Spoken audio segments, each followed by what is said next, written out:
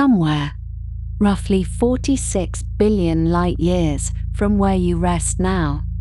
Light itself reaches a kind of ending, not a wall, not a barrier, but a place where distance and time conspire to make seeing impossible, where photons that left their stars at the beginning of everything are still traveling, still stretching, still arriving nowhere we can ever witness. This is the edge that moves away faster than anything could chase it. The boundary written not in stone, but in the very expansion of space. A horizon that exists only because the universe had a beginning and has been growing ever since. If these quiet explorations help the nights feel gentler, perhaps consider staying for more sometime. What lies beyond that edge, whether infinite darkness or endless repetition or something stranger still, remains, and will remain, unknowable. And so we begin here, with the question itself. When you step outside on a clear night, away from the glow of street lamps and the scattered light of cities, you find yourself beneath something that has accompanied humanity since the very beginning. The darkness above you is not empty, though it may seem so at first glance, and as your eyes adjust over the course of 15 or 20 minutes, small points of light begin to appear where moments before there seemed to be nothing at all. This gradual revealing is a patient process, one that rewards stillness, and if the night is truly dark and the air is clear and dry, you may eventually count, if you had the patience and the hours required, approximately 2,500 stars visible to your unaided eye.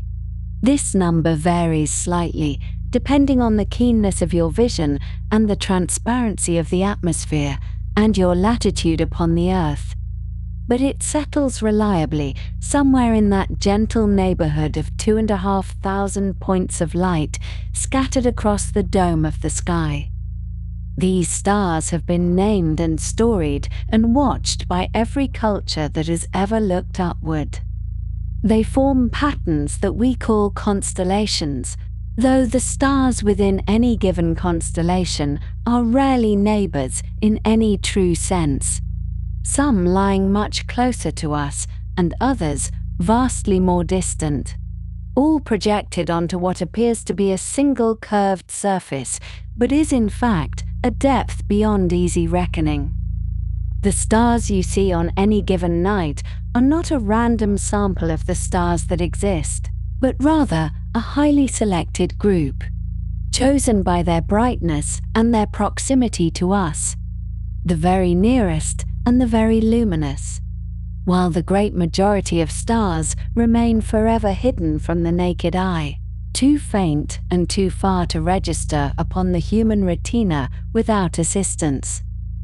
If you are fortunate enough to observe from a location truly free of artificial light, you will notice something else as well, a pale band of light stretching across the sky, sometimes from horizon to horizon, faint and diffuse and easy to overlook if you are not watching for it. This is the Milky Way, and it has been observed and wondered at for as long as humans have had eyes to see and minds to question. The ancient Greeks called it Galaxias Kyklos, the Milky Circle, from which we derive our modern word galaxy, and the name has persisted across the centuries because there is something undeniably soft and pale about its appearance, like milk spilled across dark cloth, or a faint path of luminous powder scattered by some careful hand. For most of human history, the nature of this milky band remained uncertain. Some philosophers supposed it to be a phenomenon of the atmosphere, something occurring in the air above us rather than in the distant heavens, while others suspected it might be composed of something more substantial, though what exactly they could not say. It was not until the year 1610 that an Italian natural philosopher named Galileo Galilei turned a new instrument toward the sky and resolved the question in a way that would change our understanding permanently. His telescope was modest by later standards, magnifying objects approximately 20 times, but it was sufficient to reveal what the naked eye could not perceive: that the Milky Way was not a smooth and continuous glow at all, but was instead composed of countless individual stars, so numerous and so faint that they blurred together when seen without optical aid, merging into that soft and milky luminescence. Galileo recorded his observations carefully, noting that the telescope resolved the Milky Way into a congregation of innumerable stars, distributed in clusters, and he understood that this meant our night sky contained far more stars than anyone had previously supposed. The 2,500 visible points of light were merely the brightest representatives of a population so vast that it defied easy counting, a realization that expanded the known universe in a single stroke of observation.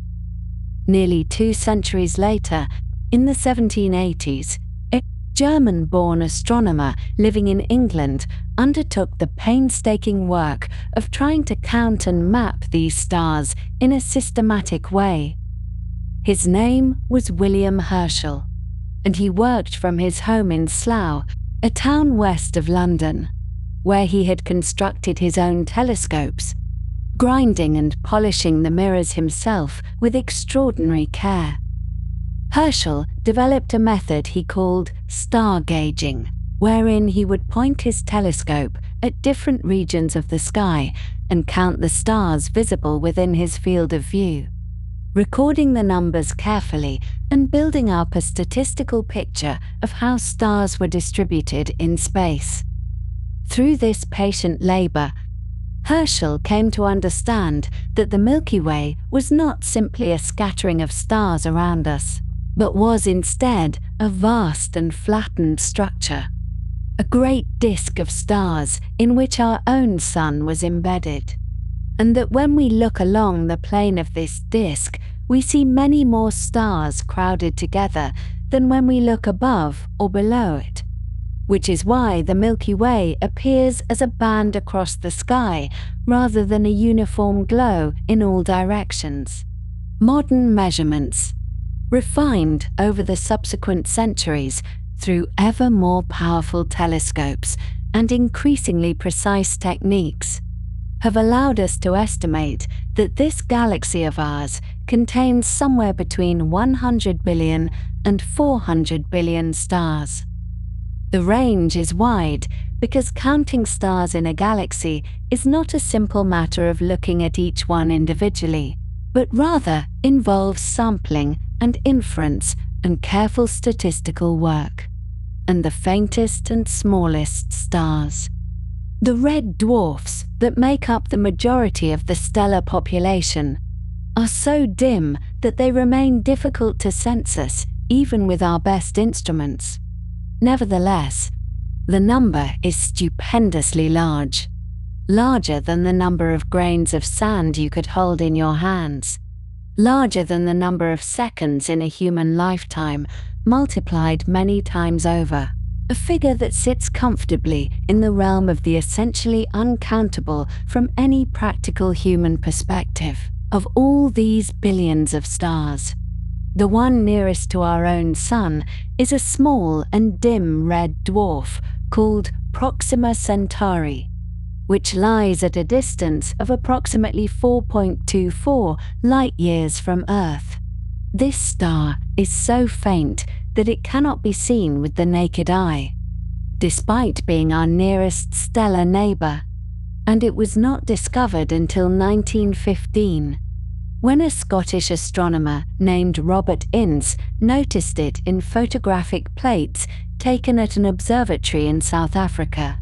Proxima Centauri is part of a triple star system that includes the brighter pair Alpha Centauri A and Alpha Centauri B, which appear to the naked eye as a single bright star in the southern constellation of Centaurus, though even these more visible companions require a position south of about 30 degrees north latitude to be seen at all.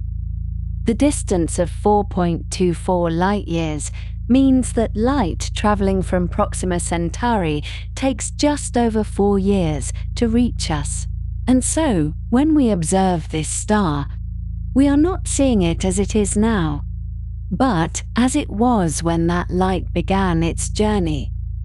If a burst of light left Proxima Centauri at the beginning of the year 2020, it would only now, some 4 years and a few months later, be arriving at Earth, having crossed the void between the stars at the fastest speed that anything can travel. This is a strange thought to sit with, and yet it is the simple consequence of the fact that light, despite its swiftness, does not travel instantaneously.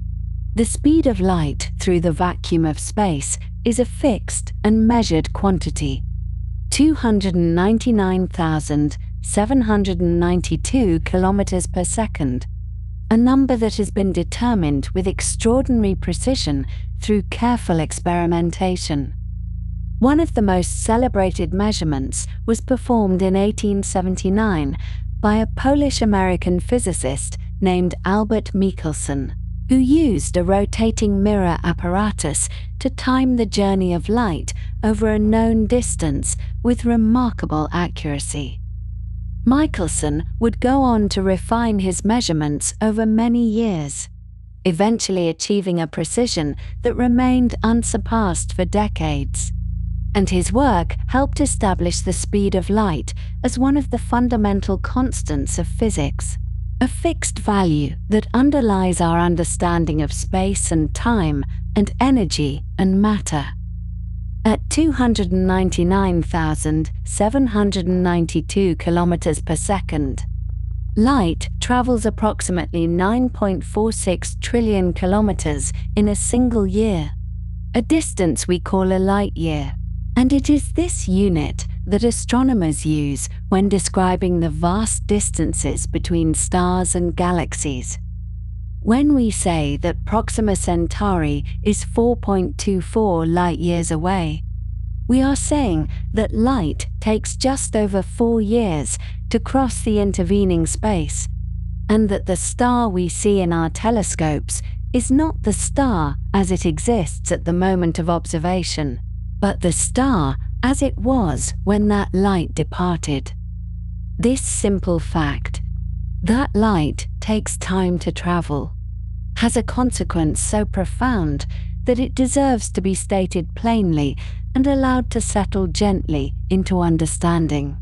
When we look up at the night sky, we are not seeing the universe as it is, but as it was. Every photon that enters our eyes or strikes our telescope mirrors carries information from the past, a record of the state of things at the moment that photon was emitted. And the further away an object is, the longer its light has been traveling, and the further back in time we are looking. The stars of the Milky Way that we see on a clear night are showing us themselves as they were years or decades or centuries ago, depending on their distance, and the more distant objects we observe with telescopes, the galaxies beyond our own, are showing us themselves as they were millions or billions of years in the past. This is not a metaphor or a poetic way of speaking, but a literal and physical truth. The universe is so vast and light so relatively slow, despite being the fastest thing there is, that observing distant objects is necessarily observing the past. A star 100 light-years away shows us itself as it was 100 years ago. A galaxy 1 million light-years away shows us itself as it was 1 million years ago. and the most distant objects we can see, the faint smudges of light at the very edge of our vision, are showing us the universe as it was billions of years ago, in an earlier and different era of cosmic history. This is the night sky, you know, or at least the beginning of knowing it, a dome of ancient light, a view not of the present moment, but of many moments layered together, each star speaking from its own particular past. The familiar constellations are assemblages of light that left at different times from different distances, arriving together at your eye by coincidence of geometry rather than any true contemporaneity, and the soft band of the Milky Way is the collective glow of billions of stars, most of them invisible individually, each contributing a few photons that have been traveling for hundreds or thousands of years. When you stand beneath this sky, you stand at the receiving end of an unimaginable journey. Every point of light, a small message sent long ago and arriving only now, and the simple act of looking up becomes, without any effort on your part, an act of looking backward through time itself. This is the beginning of understanding what it means to observe a universe ruled by the finite speed of light, and it is the first gentle step toward comprehending why there are places we cannot see and horizons we cannot cross.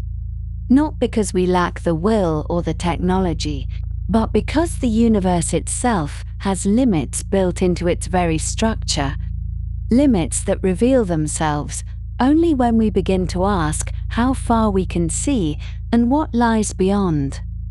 On the evening of the 26th of April, in the year 1920, in the Natural History Building of the Smithsonian Institution in Washington, D.C., two astronomers stood before an audience of scientists and interested observers, and proceeded to disagree with one another in the most civilized manner imaginable, about the size of everything that exists. This event, which would later come to be known as the Great Debate, was not loud or particularly dramatic to witness, and most of those in attendance that evening likely went home afterwards and slept quite soundly, unaware that they had been present for one of the quiet turning points in the history of human understanding. The two men at the center of this gentle disagreement were Harlow Shapley, a young and confident astronomer from the Mount Wilson Observatory in California, and Heber Curtis, a more senior figure from the Lick Observatory.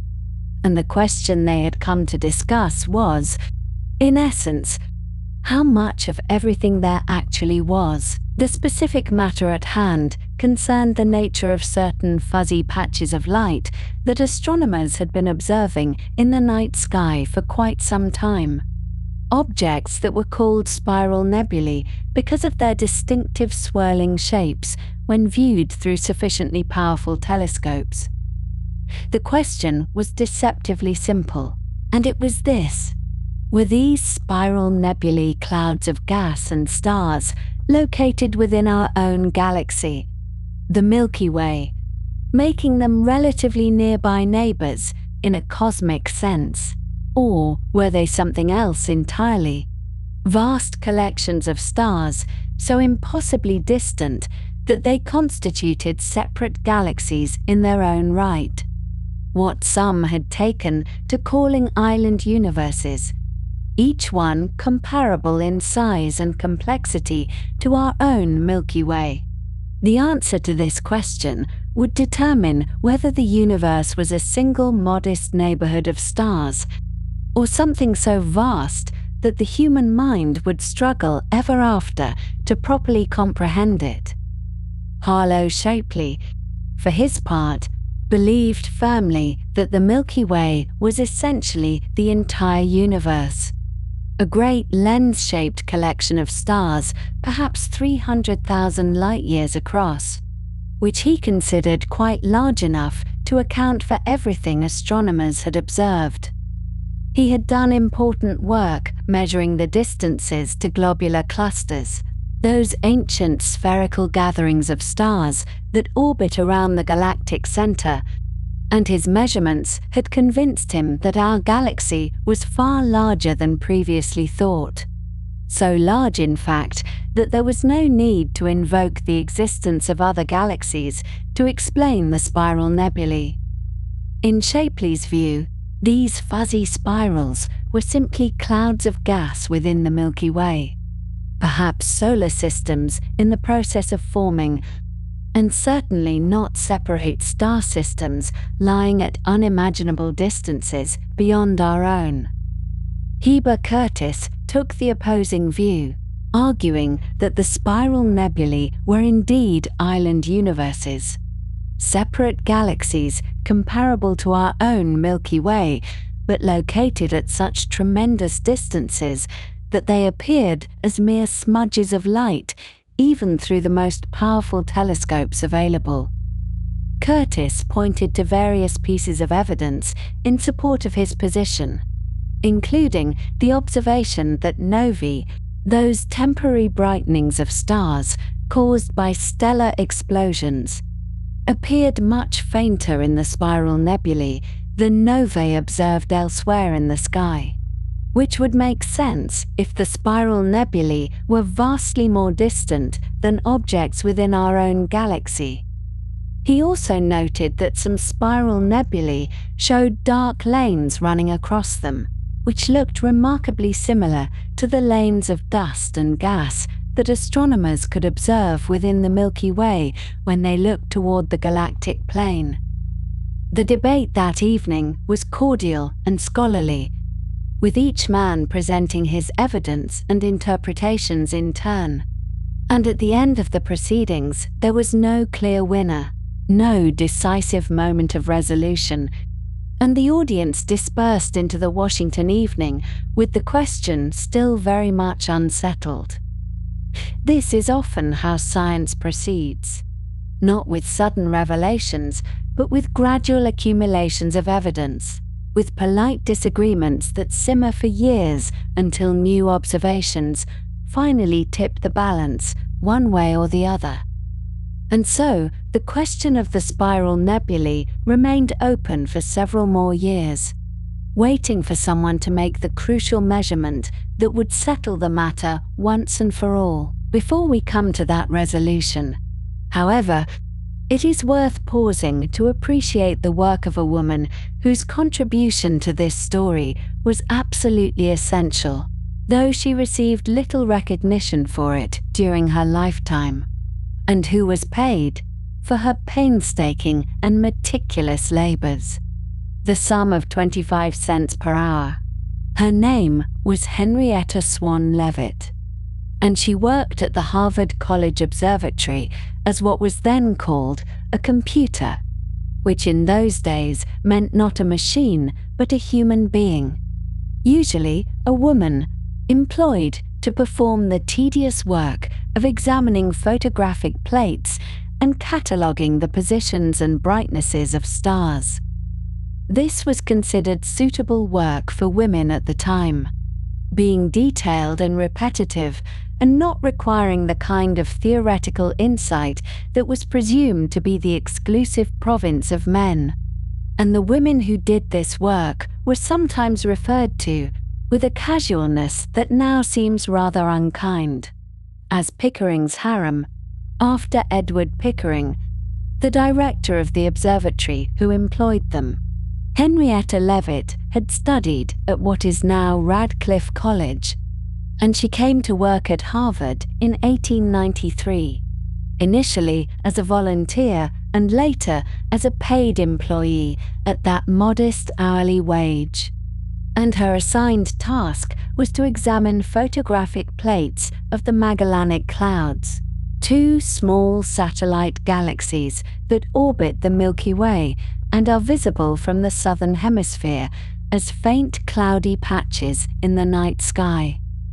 Her job was to identify variable stars, stars whose brightness changes over time in a regular and repeating pattern, and to measure the period of their variation, which is to say how long it took for each star to go through one complete cycle of brightening and dimming.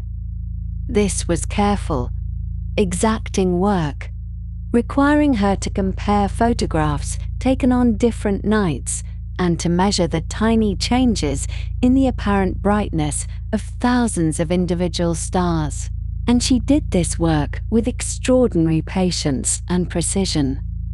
In 1912, Henrietta Leavitt published a paper that would prove to be one of the most important contributions to astronomy in the 20th century, though she herself likely did not fully appreciate its significance at the time.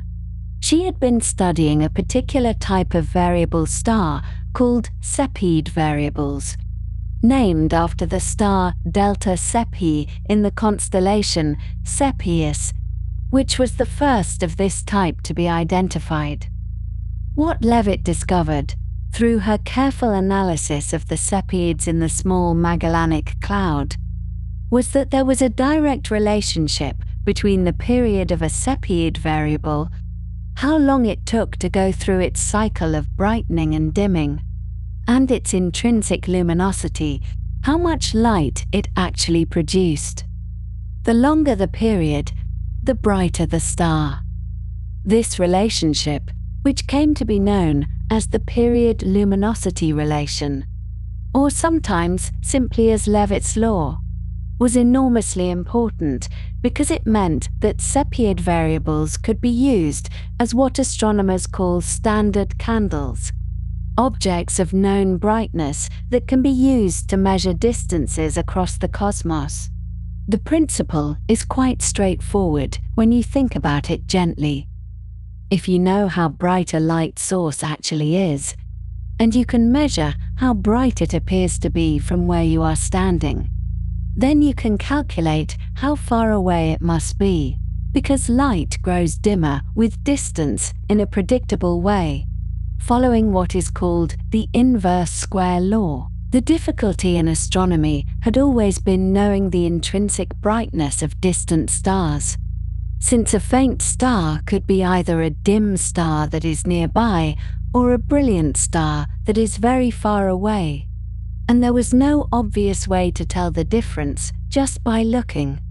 But Henrietta Leavitt's discovery changed everything, because now, if you could find a Cepheid variable and measure its period, you could determine its intrinsic luminosity from the period luminosity relation, and then, by comparing that to its apparent brightness in the sky, you could calculate its distance. Cepheid variables became the cosmic yardsticks that astronomers had been seeking for centuries. It was Edwin Hubble who would use these yardsticks to settle the great debate, though not until several years after that April evening in Washington.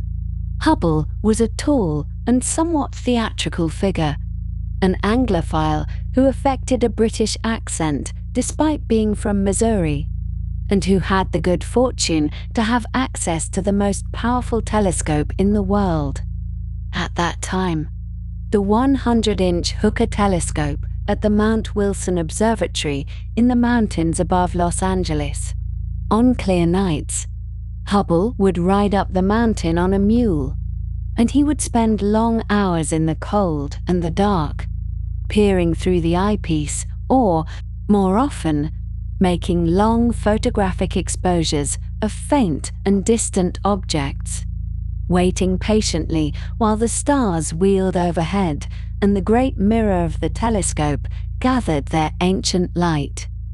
In 1923 and 1924, Hubble turned the Hooker telescope toward the Andromeda Nebula, that large spiral smudge of light in the constellation Andromeda that had been at the center of so much debate, and he began examining photographic plates of its outer regions with great care. He was looking for novae at first, those temporary stellar brightenings But what he found was something even more valuable: a Cepheid variable star, blinking slowly in the spiral arm of the nebula with a period of about 31 days. Using Henrietta Leavitt's period luminosity relation, Hubble calculated the distance to this Cepheid, and therefore to the Andromeda Nebula itself, and the number he arrived at was approximately 900,000 light-years. This was a revelation of the first order, though Hubble announced it quietly and methodically, as scientists do. 900,000 light-years was far beyond the boundaries of the Milky Way, as either Shapley or Curtis had conceived of it, and it meant that the Andromeda Nebula could not possibly be a cloud of gas within our own galaxy, but must instead be a separate galaxy in its own right, an island universe, just as Heber Curtis had argued. The great debate was settled, and the universe had suddenly become unimaginably larger than almost anyone had supposed. Where once the cosmos had been thought to be perhaps 300,000 light-years across, a single great galaxy containing all the stars and all the matter there was, now it was revealed to be something far vaster, a great darkness populated by countless galaxies, each one a vast city of stars separated from its neighbors by gulfs of emptiness that the human mind could scarcely begin to fathom. It is worth noting, in the gentle spirit of accuracy that befits a story told for sleeping, that Hubble's original distance measurement for Andromeda has since been revised upward considerably. We now know that the Andromeda galaxy lies approximately 2.5 million light-years away, nearly 3 times farther than Hubble's initial estimate, the difference being due to refinements in our understanding of Cepheid variables and the discovery of different types of Cepheids with different period luminosity relations, which caused some confusion in the early measurements. But the essential point remained the same, and remains the same today, which is that Andromeda is very far away indeed, and that the universe contains a great many galaxies besides our own. In the century since Hubble's discovery, our surveys of the cosmos have grown ever deeper and more comprehensive, and current estimates suggest that the observable universe contains approximately 2 trillion galaxies, which is to say 2 million separate island universes, each containing billions or hundreds of billions of stars. This number is so large that it ceases to have any real meaning to the human mind, becoming merely a string of digits that we can write down and manipulate mathematically, but cannot truly comprehend in any intuitive sense.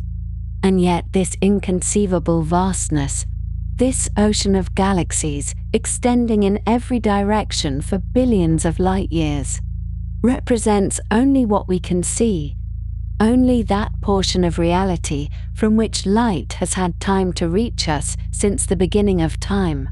What lies beyond is something we shall consider in due course.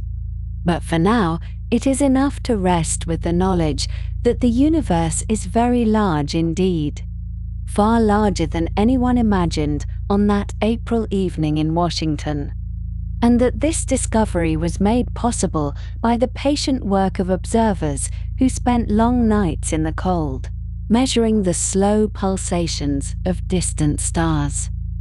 And so we come to the story of how we learnt that the universe is not standing still, that it has never been standing still, and that the very fabric of existence has been quietly stretching itself out since the beginning of time. This is a gentle story, really, though it took some of the finest minds of the 20th century to piece it together.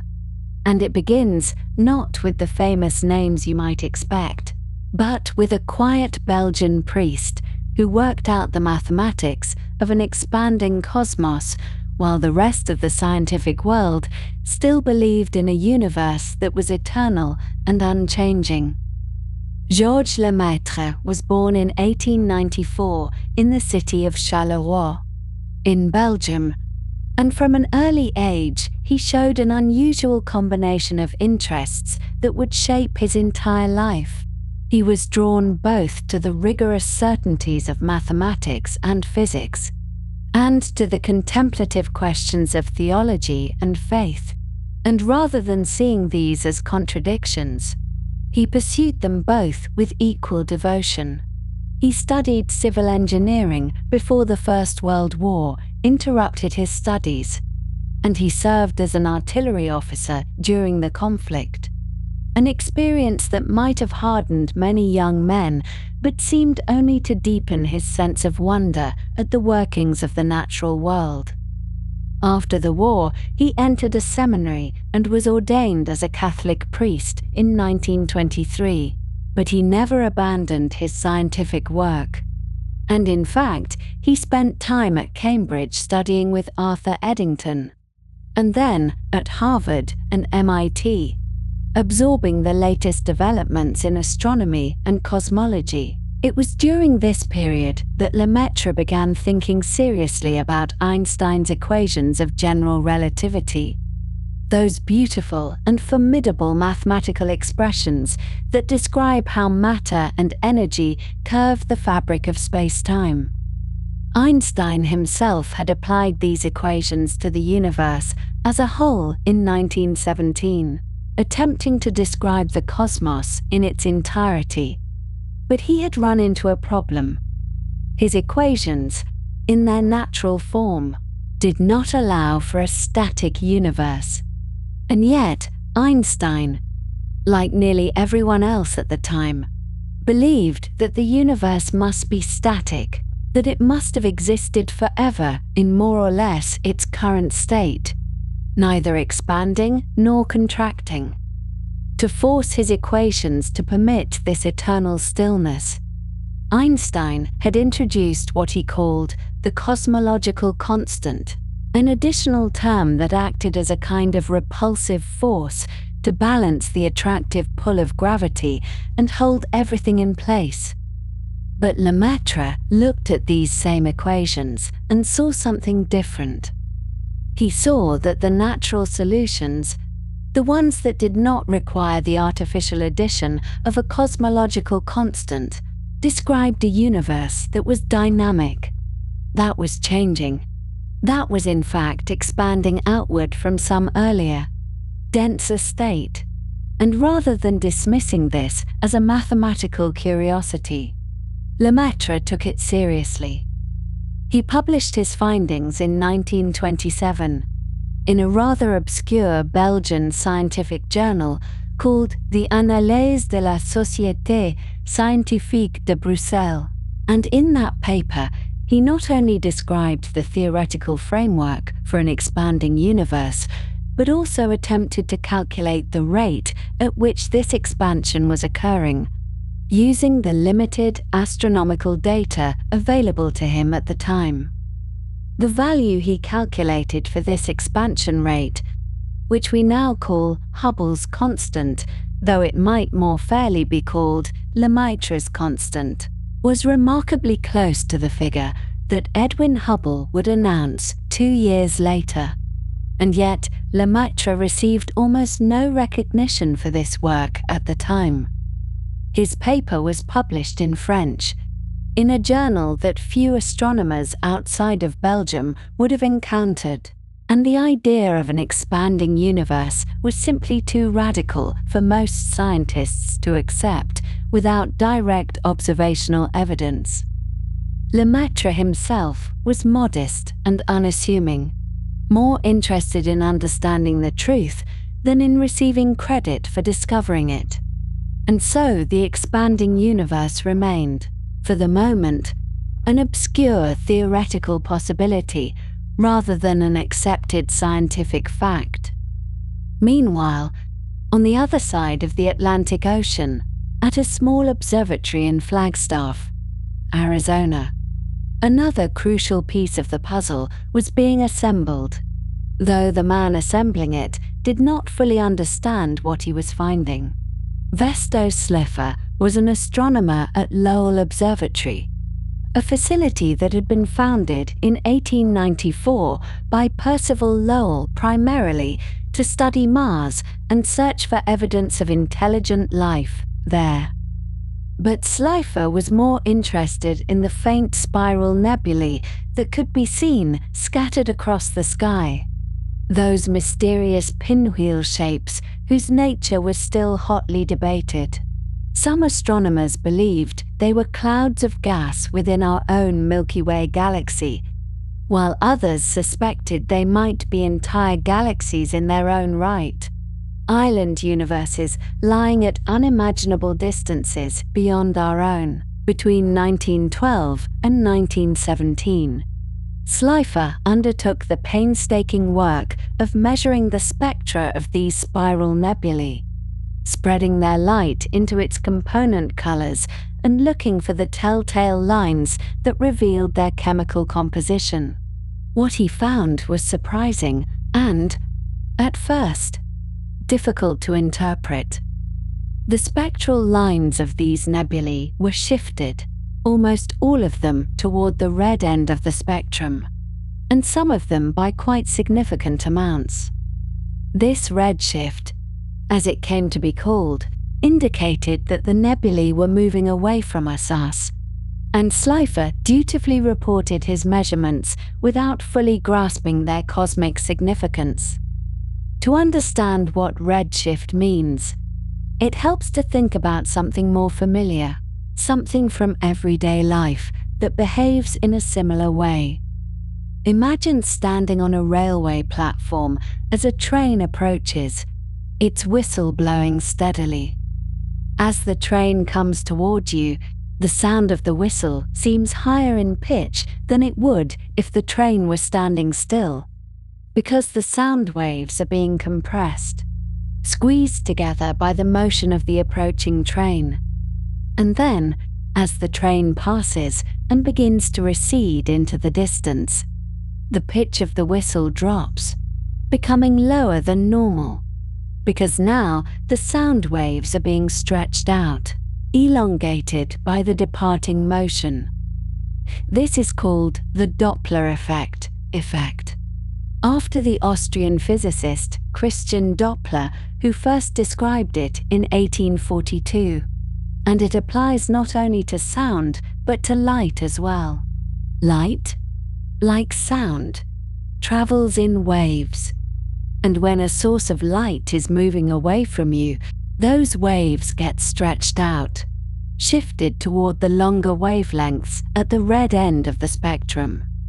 When a source is moving toward you, the waves get compressed, shifted toward the shorter wavelengths at the blue end.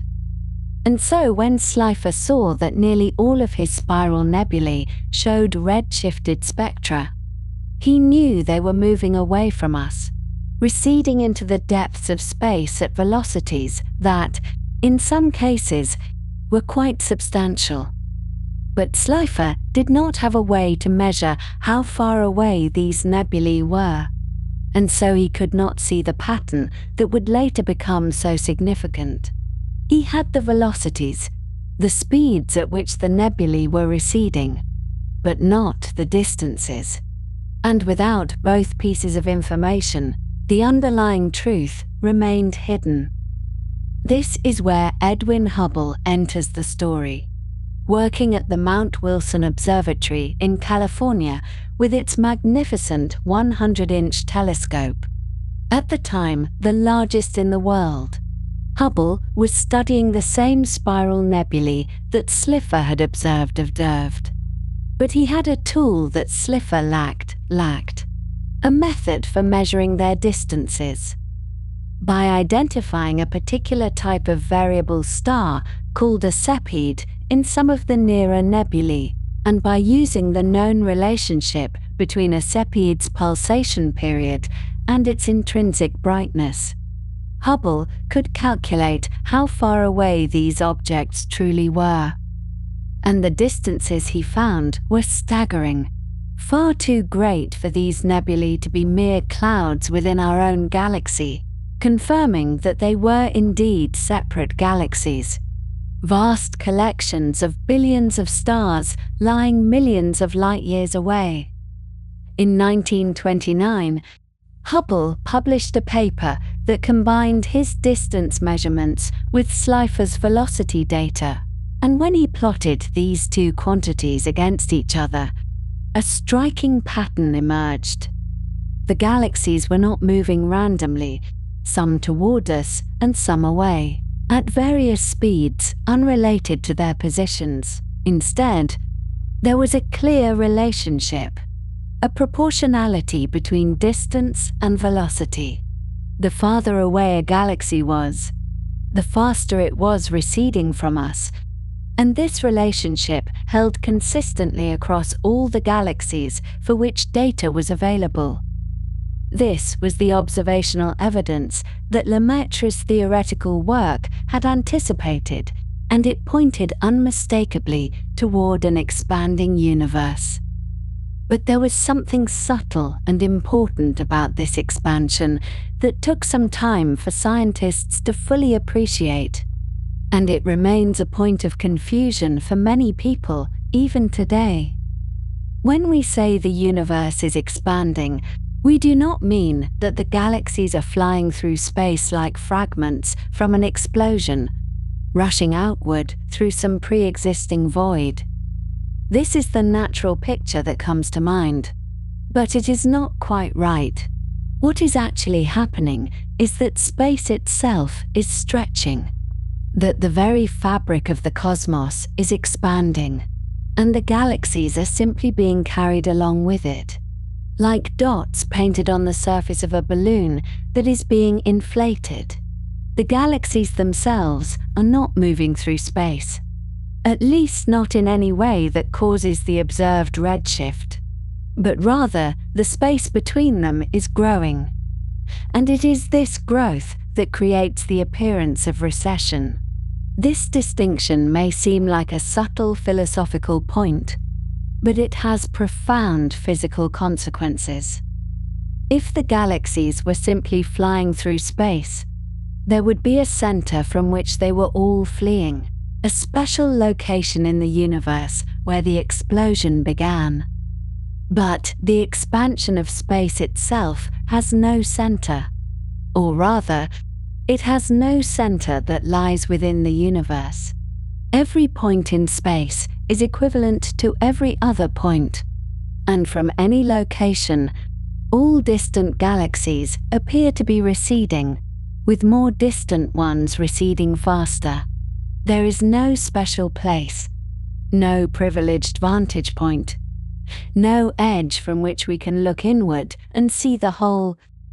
A helpful way to visualize this comes from an analogy that was first popularized in the 1930s, as scientists struggled to explain these new ideas to the public and to each other. Imagine a loaf of raisin bread dough that is rising, expanding as the yeast does its work. The raisins are scattered throughout the dough, and as the loaf expands, every raisin moves away from every other raisin, not because the raisins themselves are moving through the dough, but because the dough between them is growing. And if you were a tiny observer sitting on any particular raisin, looking out at all the other raisins, you would see them all receding from you, with the more distant ones receding faster because there is more dough between you and them, more space that is expanding. This is roughly what is happening with galaxies in the expanding universe, though the analogy has its limitations. The raisin bread has edges and a center, while the universe, as far as we can tell, has neither. But the essential insight is correct, that the apparent motion of the galaxies is due to the stretching of the space between them, and that this stretching is a property of the universe as a whole. It is worth noting that the theoretical foundations for all of this had been laid even before Lemaitre's 1927 paper by a Russian mathematician and cosmologist named Alexander Friedmann. In 1922, Friedmann had taken Einstein's equations of general relativity and solved them without assuming a static universe. And he found that the equations naturally described cosmoses that were either expanding or contracting, but not standing still. He published these solutions in a German physics journal, and they came to Einstein's attention, prompting a response that Einstein would later regret. Einstein sent Friedmann a postcard, or perhaps a brief letter, dismissing the mathematical solutions as suspicious, as containing some error or oversight that invalidated their conclusions. Einstein was so committed to the idea of a static, eternal universe that he could not accept what the mathematics was telling him, and so he assumed there must be a mistake. Friedmann wrote back, patiently explaining his calculations and showing that there was no error, and eventually Einstein acknowledged that the mathematics was correct, though he still resisted the physical implications. It was only later, after Hubble's observations made the expansion of the universe undeniable, that Einstein fully accepted what his own equations had been trying to tell him all along. He is said to have called his introduction of the cosmological constant, that artificial term he had added to keep the universe static, his greatest blunder, though whether he used exactly those words is a matter of some historical debate. The point remains that even Einstein, perhaps the greatest physicist since Newton, was capable of letting his preconceptions blind him to the truth that lay within his own work.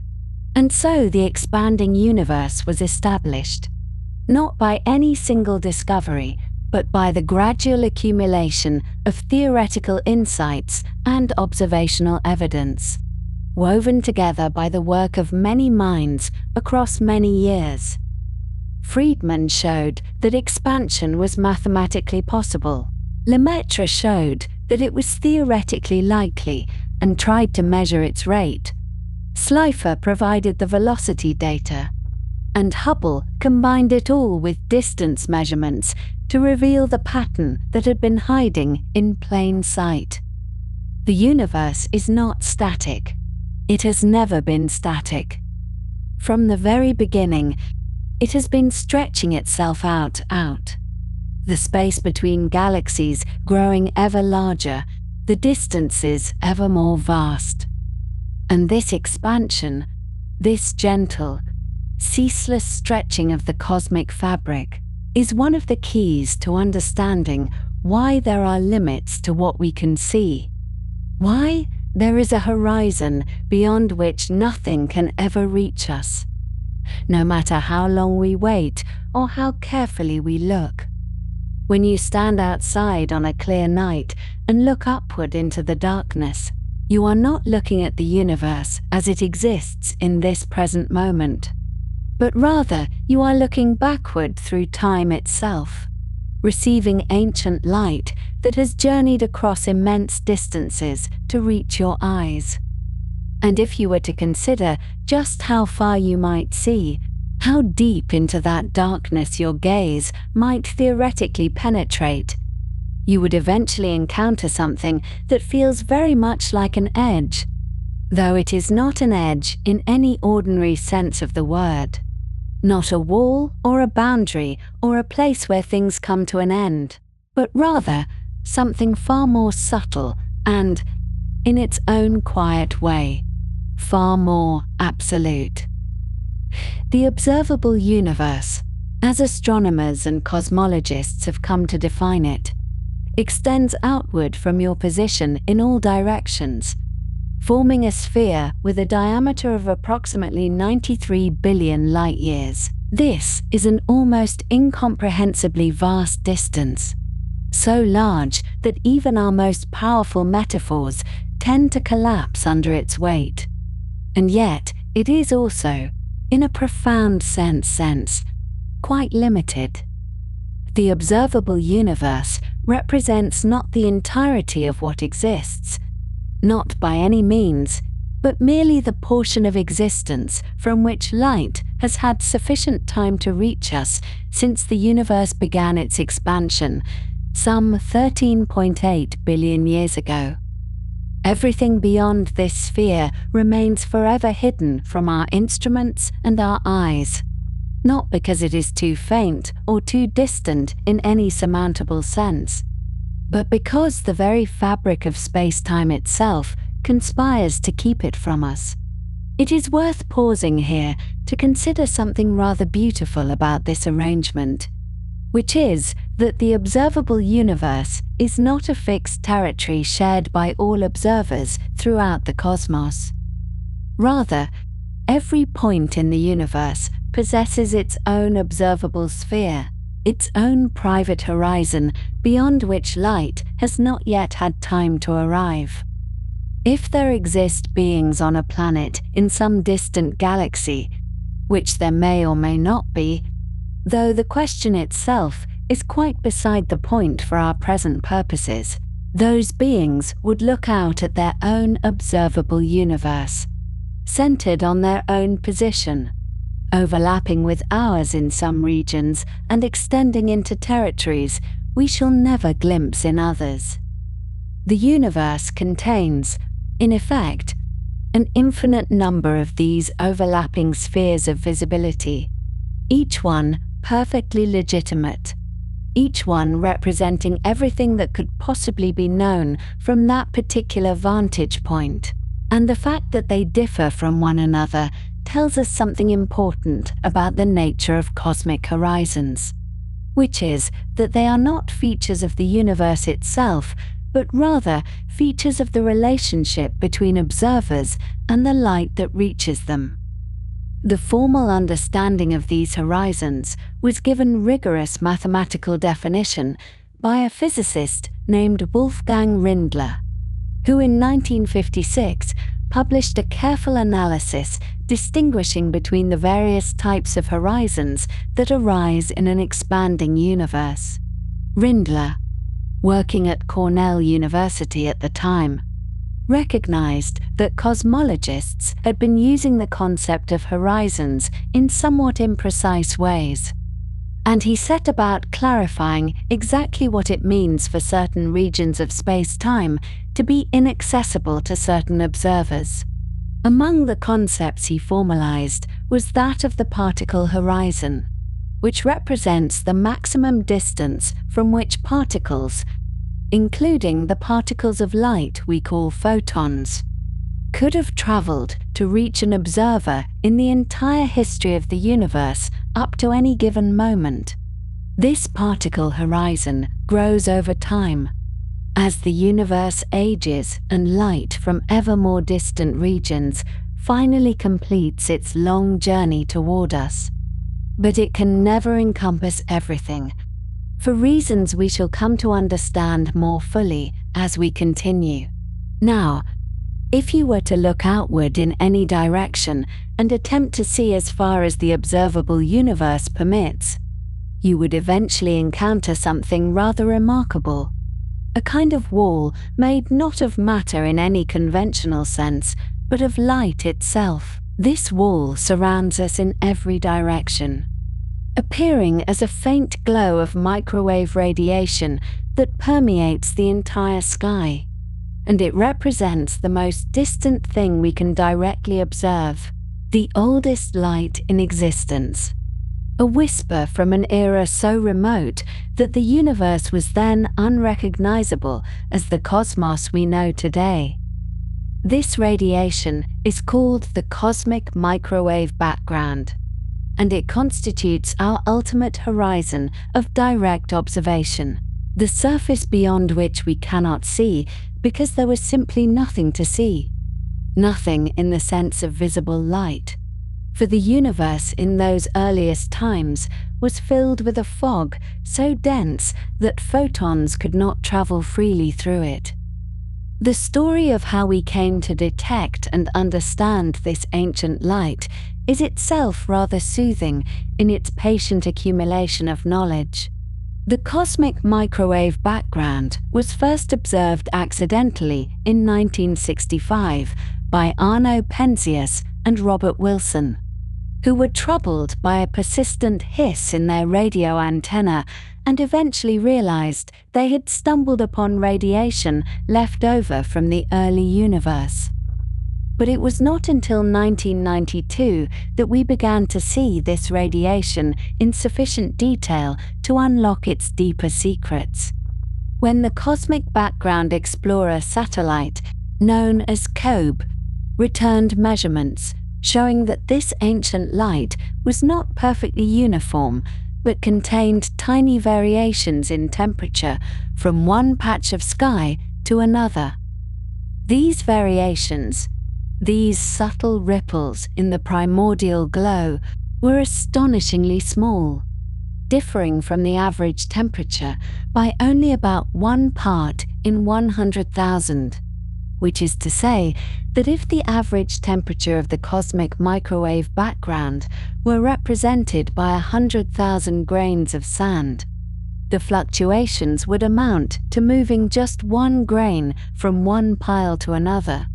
The detection of these minute fluctuations was led by a team working under George Smoot and John Mather, two scientists whose patient and meticulous work would earn them the Nobel Prize in Physics in 2006. Smoot, who had designed the instrument capable of detecting such tiny temperature differences, and Mather, who had overseen the satellite project and ensured its data would be clean and reliable, together provided humanity with its first clear glimpse of the seeds of cosmic structure, the slight irregularities in the early universe that would eventually grow, over billions of years, into the galaxies and clusters of galaxies we observe today. The announcement of their findings was met with great interest, though for our purposes, what matters is not the excitement of that moment, but rather the quiet fact that such measurements were possible at all, that the universe had preserved this ancient record and made it available to patient observation. The cosmic microwave background comes to us from an era known as the surface of last scattering, which occurred approximately 380,000 years after the Big Bang. Before this time, the universe was so hot and dense that it existed as a plasma, a state of matter in which electrons are stripped from atoms and move freely through a sea of charged particles. In such conditions, photons cannot travel far before being scattered by the omnipresent electrons, rather like light trying to pass through a very thick fog. But as the universe expanded and cooled, there came a moment when the temperature dropped sufficiently for electrons to bind with protons and form neutral hydrogen atoms, a process sometimes called recombination, though the name is slightly misleading since the electrons and protons had never been combined before. Once this transition occurred, the fog lifted, and light was suddenly free to travel unimpeded through the cosmos. The photons released at that moment have been journeying ever since, stretched by the expansion of the universe from their original visible wavelengths into the microwave portion of the spectrum, and they reach our instruments today as the cosmic microwave background.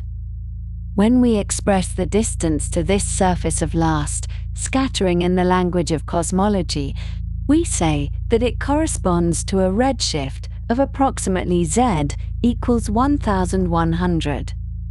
Redshift is a measure of how much the wavelength of light has been stretched during its journey, and a redshift of this magnitude indicates that the universe has expanded by a factor of about 1100 since the moment those photons were released.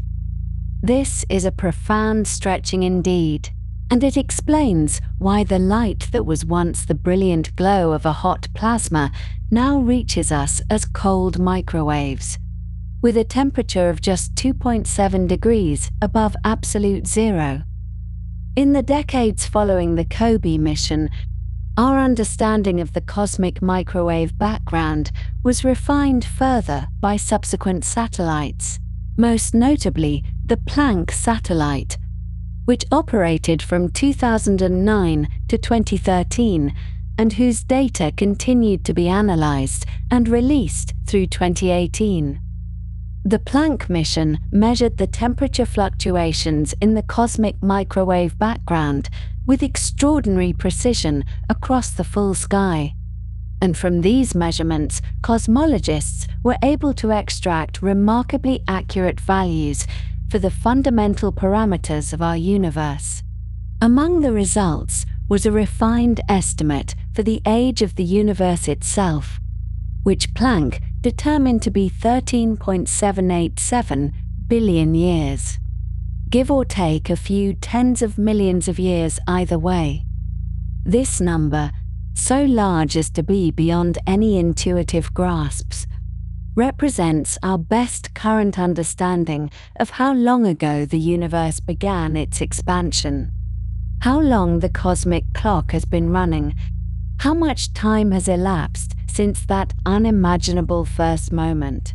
And here we come to something that often causes confusion, but which, once gently explained, becomes a source of quiet wonder rather than perplexity. The light from the cosmic microwave background has been traveling through space for approximately 13.8 billion years, which is to say, for nearly the entire age of the universe. You might therefore expect that the matter which emitted this light would now be 13.8 billion light-years away from us. But this is not the case. The matter which released those photons so long ago has not remained stationary while the light traveled toward us. Rather, it has been carried away by the expansion of the universe itself, receding from us ever since, such that it now lies approximately 46 billion light-years away. This is why the observable universe has a diameter of 93 billion light-years, even though it is only 13.8 billion years old. The sphere of our observation extends 46 billion light-years in every direction, encompassing all the matter whose light has had time to reach us, even though that matter has since moved much farther away. This expansion of space is not a movement through space in any ordinary sense, not like a galaxy flying away from us through a static background, but rather an expansion of the background itself, a stretching of the very fabric of space-time that carries matter along with it. The light from the cosmic microwave background began its journey from matter that was then much closer to us, perhaps 42 million light-years away at the time of emission, though such distances become somewhat slippery concepts in an expanding universe. Over the 13.8 billion years of travel, the light journeyed through space that was itself expanding, and the source from which it came receded all the while. Until now, that source has reached its current distance of 46 billion light-years. The light managed to reach us only because it began its journey early enough in cosmic history, when the expansion was not yet so rapid as to prevent its arrival. The cosmic microwave background thus represents a kind of wall of light that surrounds us on all sides, marking the farthest we can see with any form of electromagnetic radiation. Beyond this wall lies the history of the universe before recombination, an era we cannot observe directly with light because no light from that time has survived to reach us in any interpretable form. The universe before 380,000 years remains hidden from our telescopes, accessible only through indirect means, through the gravitational effects it left behind, through the subtle signatures it imprinted on the matter and radiation we can observe. And beyond even that, beyond the edge of the observable universe itself, lies everything that the expansion of space-time has carried beyond our reach. All the galaxies and stars, and perhaps worlds that exist in regions whose light will never arrive here. No matter how long we wait, no matter how patient our vigil.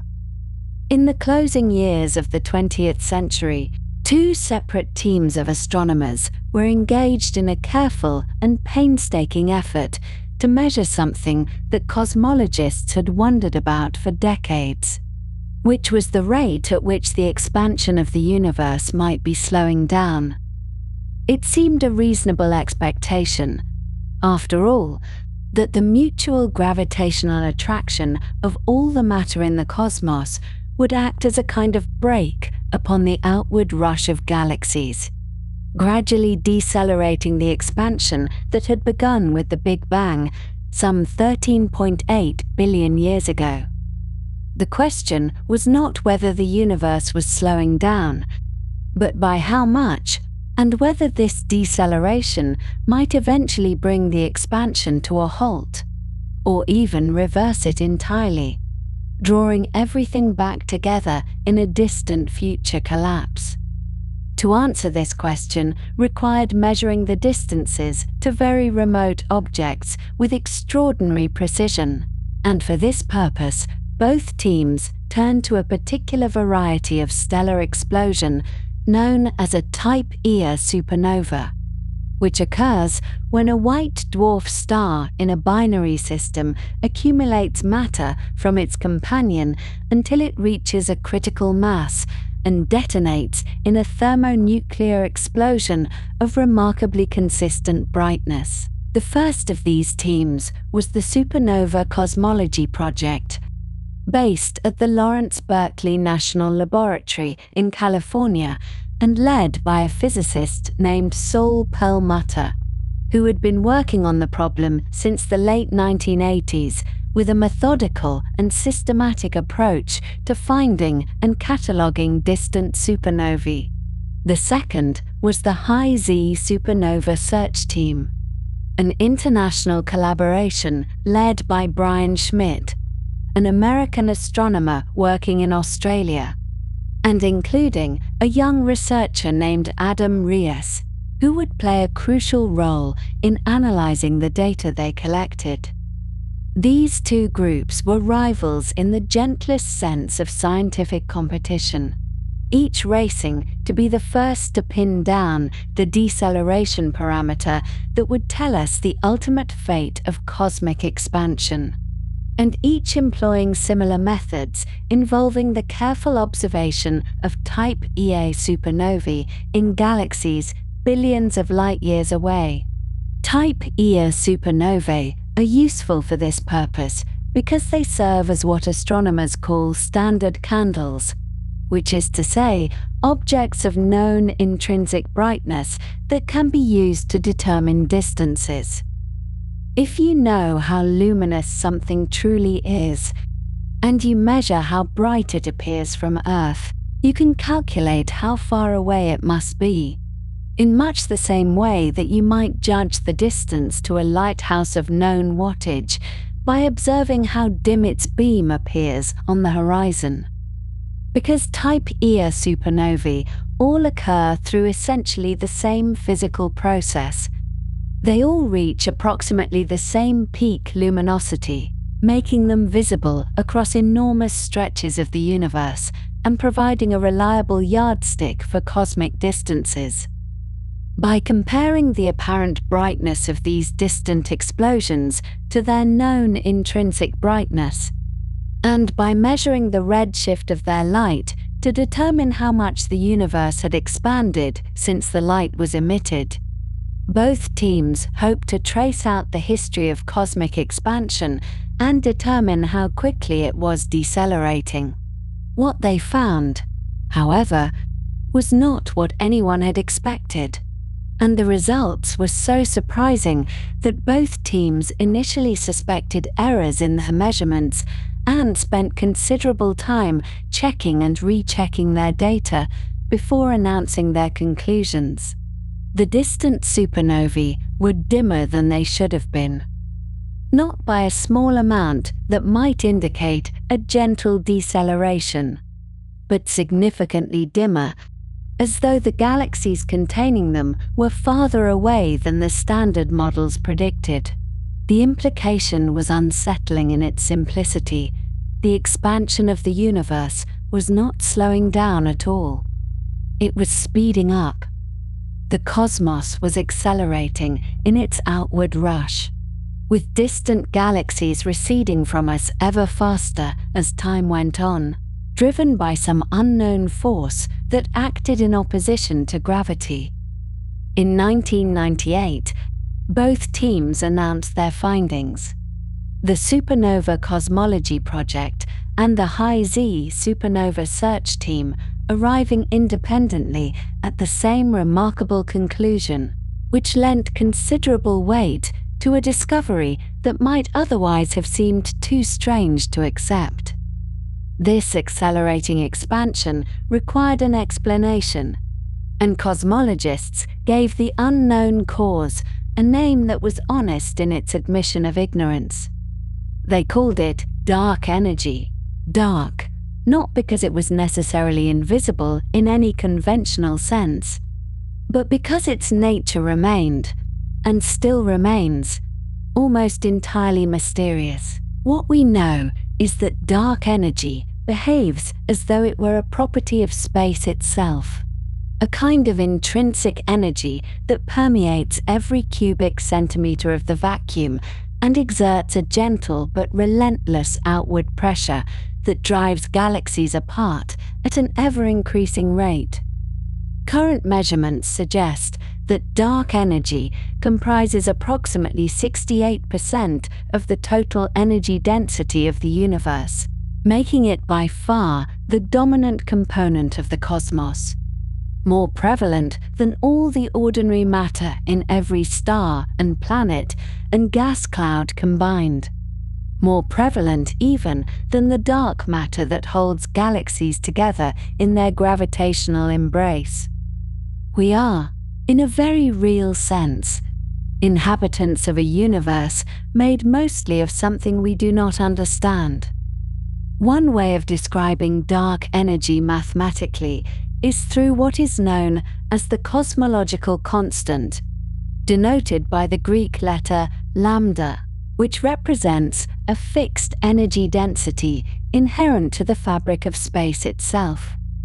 This constant has a curious history, for it was first introduced by Albert Einstein in 1917, not to explain an accelerating universe, but rather to prevent the universe from collapsing under its own gravity in his equations of general relativity.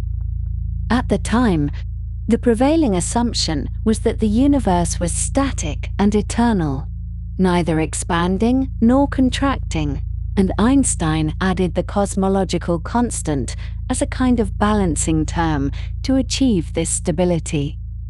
When Edwin Hubble discovered in 1929 that galaxies were receding from us and that the universe was in fact expanding, Einstein reportedly regarded the cosmological constant as his greatest blunder, an unnecessary complication he had introduced to preserve an incorrect assumption. Yet here it was again, returning from apparent obsolescence to take its place at the center of modern cosmology, no longer a fudge factor to enforce a static universe, but a genuine physical property that drives the cosmos toward an ever more rapid expansion. To understand the implications of this acceleration for what we can and cannot observe, It is helpful to consider several distinct concepts that cosmologists use to describe the boundaries of the visible universe, each of which has a slightly different meaning and a different relationship to the expanding cosmos. The first is what is known as the particle horizon, which represents the maximum distance from which light could have reached us since the beginning of the universe. This is determined simply by the age of the cosmos and the speed of light, modified by the fact that the universe has been expanding all along, stretching space and carrying light-emitting objects away from us, even as their light travels towards us. The particle horizon currently lies at a distance of roughly 46 billion light-years in every direction. Not because light has had time to travel 46 billion light-years in a universe only 13.8 billion years old, but because the space through which that light has been traveling has been expanding behind it, increasing the distance between us and the objects that emitted it. A second concept is the Hubble sphere, sometimes called the Hubble radius or Hubble volume, which is the distance at which objects are currently receding from us at exactly the speed of light due to the expansion of space. Beyond this distance, objects are receding faster than light, a statement that may seem to violate the fundamental cosmic speed limit, but in fact does not, because the recession is not motion through space, but rather the expansion of space itself, which is not constrained by the rules that govern ordinary movement.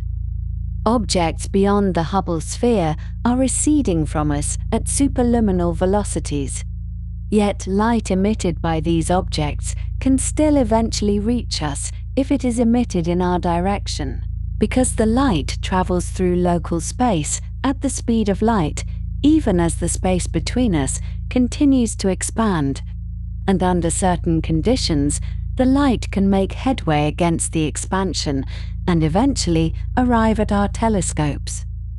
The Hubble sphere currently lies at a distance of roughly 14 billion light-years, which is notably smaller than the particle horizon, reflecting the fact that light from objects currently beyond the Hubble sphere was emitted in the past when those objects were closer and the expansion was different.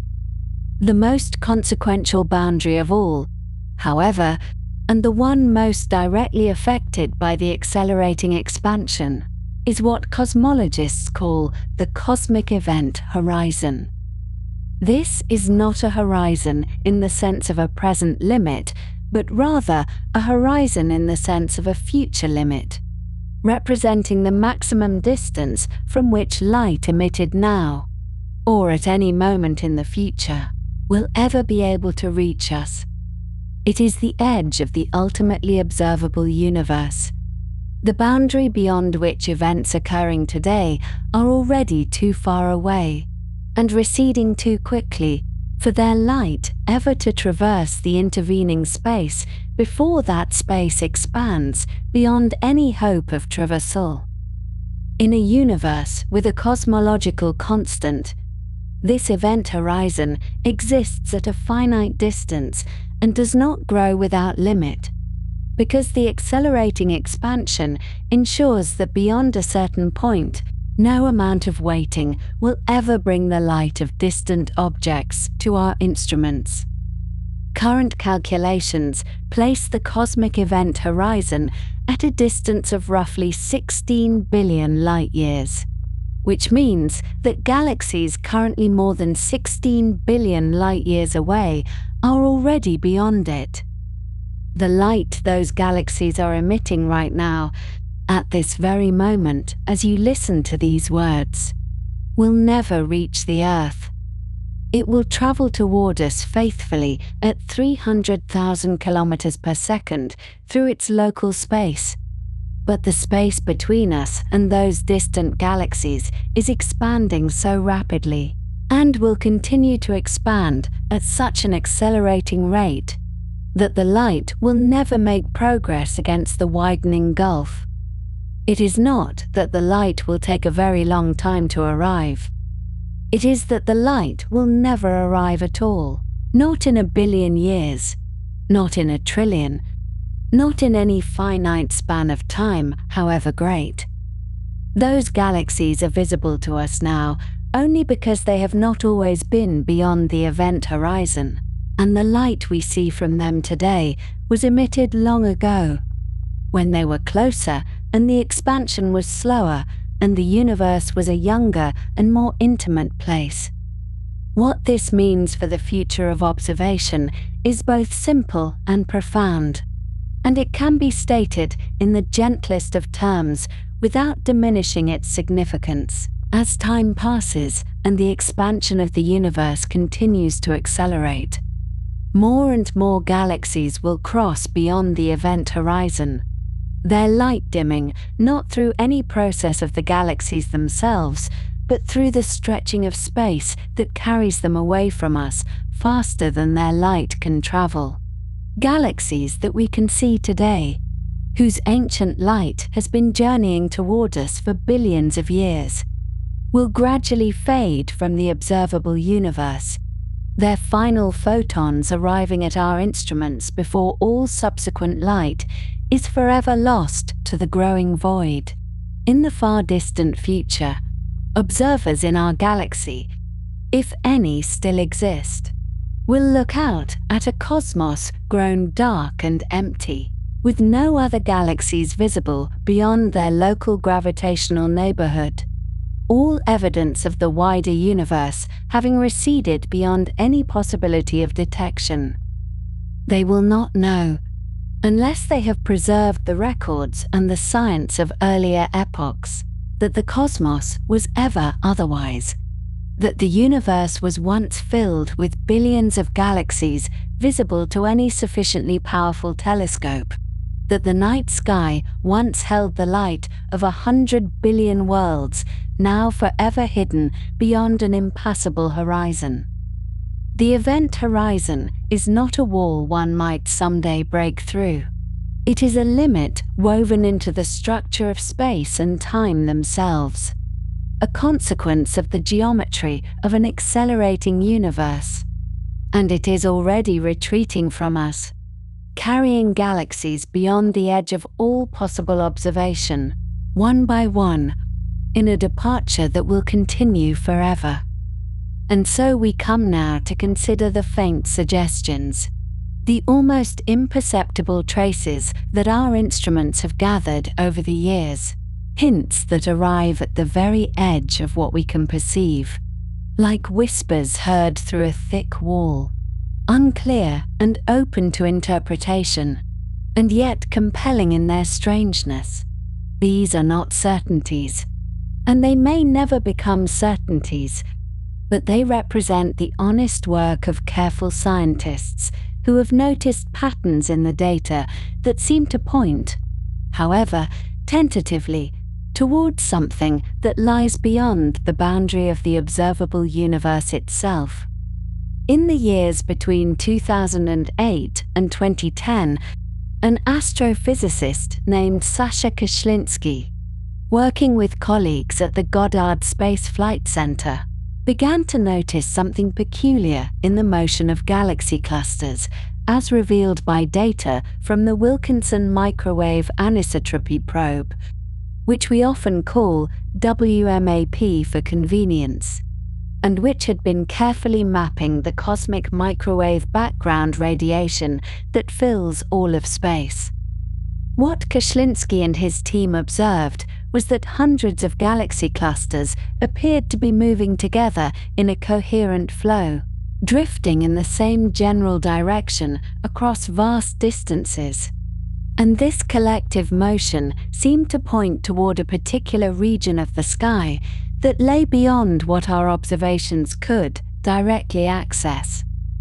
This phenomenon came to be known as dark flow, a name chosen deliberately to echo the mysteries of dark matter and dark energy, and to suggest that whatever was causing this motion remained hidden from our direct view. The velocity of this flow was substantial, on the order of several hundred kilometers per second, and it persisted across distances of billions of light years, affecting clusters that were separated by enormous gulfs of space and yet somehow moved in concert, as though drawn by some distant gravitational influence. The implications were remarkable to contemplate in a quiet sort of way. If the dark flow was real, it suggested that something massive, perhaps unimaginably massive, lay beyond the edge of the observable universe and was exerting a gravitational pull on the matter within our cosmic horizon. This something might be a concentration of matter far larger than anything we could directly observe, a structure so vast that it dwarfed the superclusters and great walls that we had already mapped within our own observable volume. Some researchers even speculated that it might be evidence of conditions established before inflation, a kind of primordial imprint left on the motion of matter by whatever preceded our current cosmic arrangement. The dark flow hypothesis was controversial from the beginning, as any good scientific claim should be when it challenges existing understanding. Other researchers examined the same data and reached different conclusions, suggesting that the apparent flow might be an artifact of the analysis methods employed, or that it might disappear when different assumptions were made about how to subtract foreground contamination from the microwave background measurements. The debate continued for several years, with papers published on both sides of the question, each team of scientists carefully checking the work of the others in the slow and methodical way that science proceeds when the stakes are high and the evidence is subtle.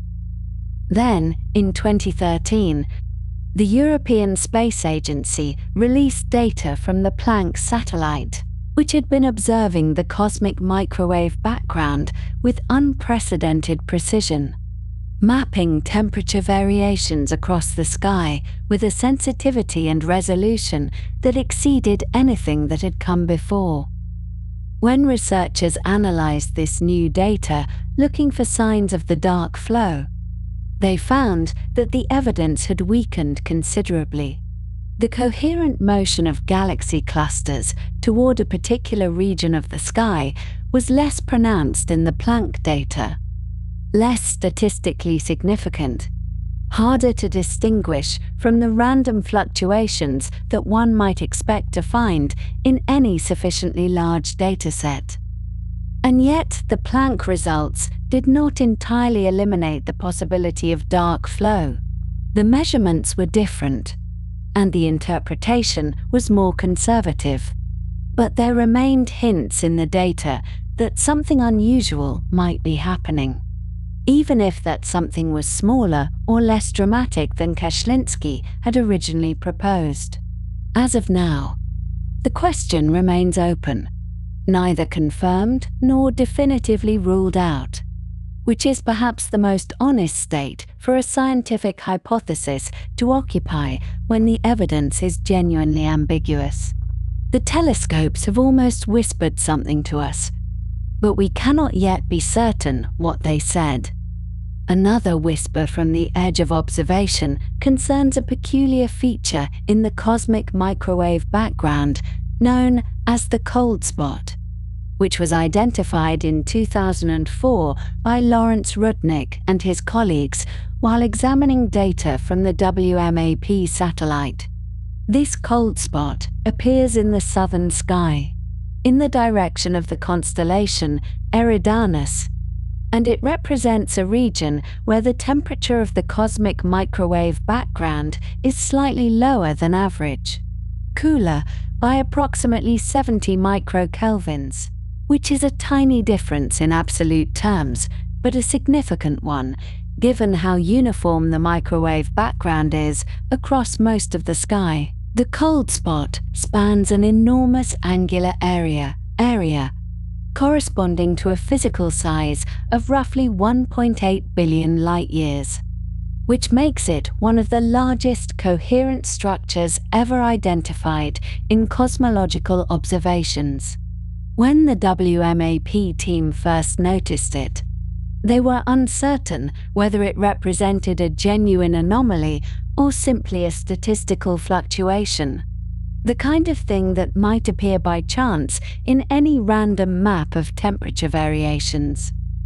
But as more data accumulated and more careful analyses were performed, the cold spot persisted, refusing to disappear into the background noise, standing out as a genuine feature that required explanation. Several hypotheses have been proposed to account for this unusually cold region of the sky, and each of them carries interesting implications for our understanding of the universe.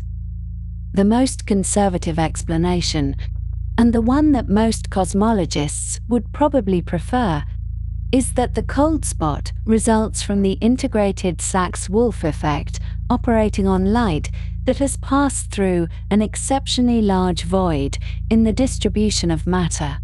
When photons from the cosmic microwave background travel through regions of lower than average density, they experience a slight loss of energy as they climb out of the gravitational potential well created by the void. And this energy loss manifests as a slight cooling of the radiation. In 2015, a team led by Istvan Sapudi at the University of Hawaii published a study suggesting that just such a void existed in the direction of the cold spot. A vast, underdense region, approximately 1.8 billion light-years across, which would make it one of the largest voids ever discovered. If this supervoid is real, it could account for at least part of the temperature anomaly observed in the cold spot, though some researchers have argued that even a void of this size might not be sufficient to explain the full magnitude of the cooling effect. But there is another explanation that has been proposed, one that reaches much further in its implications, and that is the possibility that the cold spot represents evidence of a collision between our universe and another bubble universe during the early stages of cosmic inflation. In certain versions of inflationary theory, our observable universe is just one bubble nucleating within a larger multiverse, and different bubbles might occasionally come into contact with one another, leaving subtle imprints on the cosmic microwave background. Such a collision would create a distinctive pattern of temperature variations, and some theorists have suggested that the cold spot might be exactly such an imprint. This is a remarkable hypothesis, and it must be treated with appropriate caution, because it invokes structures that lie entirely beyond our ability to observe directly and may never be accessible to experimental verification. The collision, if it occurred, would have happened during the inflationary epoch, when distances were expanding faster than light and when the causal structure of space-time was very different from what we experience today. The bubble universe that allegedly collided with ours would now be separated from us by distances that continue to grow, receding ever further beyond our cosmological horizon, forever inaccessible to our telescopes and probes. Still, the hypothesis remains on the table as one possible explanation for the cold spot, neither confirmed nor ruled out. Another whisper from the edge of what we can know. It is the kind of idea that inspires both excitement and frustration in equal measure, because it suggests that might be evidence of other universes encoded in the subtle temperature variations of the oldest light in existence. And yet, that evidence, if it exists, is so faint and so open to alternative interpretation that we may never be able to reach a definitive conclusion. There is yet another anomaly in the cosmic microwave background that deserves mention here. One that was identified in 2005 by Kate Land and João Magajo, who gave it the somewhat playful name of the axis of evil. What they noticed was that certain patterns in the microwave background, particularly the lowest multipole moments that describe the largest scale variations in temperature, seem to be aligned with one another and with the plane of our solar system in a way that standard cosmological theory did not predict. According to our best understanding of inflation and the origin of cosmic structure, the fluctuations in the microwave background should be statistically isotropic, meaning that they should show no preferred direction, no special alignment, no correlation with the orientation of our local astronomical environment. The universe, on the largest scales, should look the same in all directions, and the patterns imprinted on the microwave background during the first moments after the Big Bang should reflect this isotropy. And yet, the data seem to suggest otherwise, showing alignments that were unexpected and difficult to explain. The name Axis of Evil was chosen with a certain tongue-in-cheek humor, referencing both the political rhetoric of the time and the genuine scientific discomfort that these alignments provoked.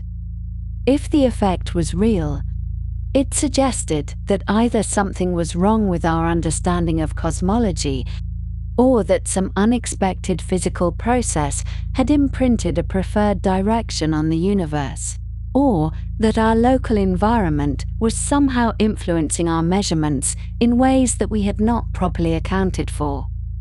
Subsequent analyses using data from the Planck satellite have confirmed that the alignments are present in the data, but the interpretation remains contested. Some researchers argue that the axis of evil is simply a statistical fluke, the kind of unusual pattern that is bound to appear somewhere in any sufficiently complex dataset, and that we should not read too much into it. Others suggest that it might be evidence of new physics, perhaps related to the topology of the universe or to pre-inflationary conditions that left their mark on the cosmic microwave background. Still, others wonder whether foreground contamination from our own galaxy or from other local sources might be responsible for the apparent alignments. What we can say with confidence is that the axis of evil remains a genuine scientific puzzle, one that has not been resolved despite nearly 2 decades of careful study. It is another whisper at the edge of perception, another hint that the universe might be stranger or more complex than our current theories fully capture. Whether it points toward something beyond our observable horizon, or toward some more mundane explanation that we have not yet identified, remains to be seen. These anomalies, taken together, paint a picture of scientific inquiry at its most honest and most humble. We have instruments of remarkable precision, capable of measuring temperature variations of a few millionths of a degree across billions of light-years of space. And yet, even with these powerful tools, we find ourselves confronted by mysteries that resist easy resolution. The dark flow, the cold spot, the axis of evil. These are not dramatic revelations or triumphant discoveries, but rather quiet puzzles, faint irregularities in the data that may or may not be telling us something important about the nature of reality beyond our cosmic horizon.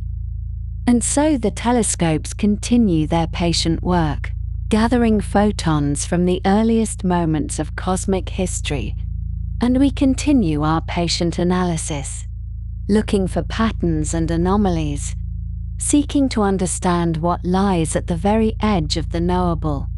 The whispers remain faint, and their meaning remains uncertain. And perhaps that is as it should be, for the boundary of the observable universe is also the boundary of scientific knowledge, the place where even the most careful measurements shade into speculation, and where the comfort of certainty gives way to the quiet acceptance of what we cannot yet understand.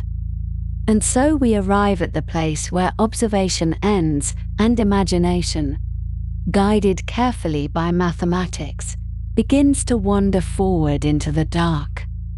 The theories we will consider now are not proven things, not established facts like the speed of light or the temperature of the cosmic microwave background, but rather they are serious proposals put forward by serious physicists, frameworks built from equations and logic that attempt to describe what might exist beyond the horizon we can never cross. They are speculative, yes, and yet they are not fantasy, not the idle musings of dreamers, but the disciplined work of researchers who have spent decades wrestling with the deepest questions about the nature of existence itself. Let us walk among these ideas quietly, as one might walk through a gallery of paintings depicting landscapes no traveler has ever seen, appreciating the craft and the vision, while remembering that the territories they represent remain, for now and perhaps forever, beyond our reach.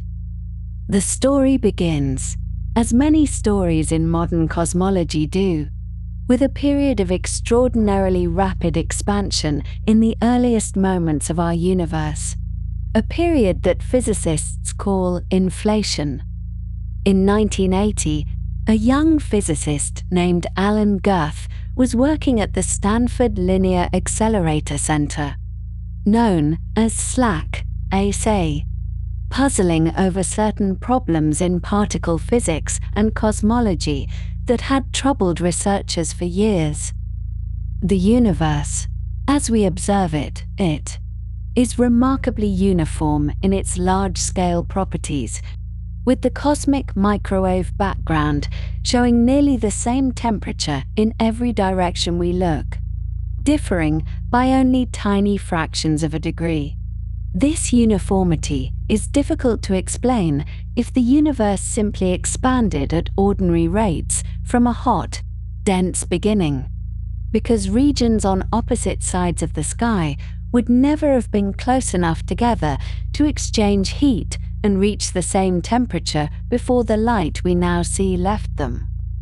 Guth proposed that in the first tiny fraction of a second after the Big Bang, space itself underwent a brief but extraordinarily violent expansion, stretching by a factor of at least 10 to the power of 26 in a time interval far shorter than the blink of an eye, far shorter even than the time it takes light to cross a single atom. This inflationary period, as Guth called it, would have taken regions that were once close enough to interact and flung them to opposite ends of the observable universe, explaining why the cosmos appears so uniform today. The theory also explained why space appears so geometrically flat, why we do not observe certain exotic particles predicted by grand unified theories, and several other puzzles that had accumulated over the years. Inflation quickly became one of the most important ideas in modern cosmology, a framework that tied together particle physics and the large-scale structure of the universe in a remarkably elegant way. But inflation, once you begin to think carefully about how it might work, leads to consequences that Guth himself did not initially anticipate.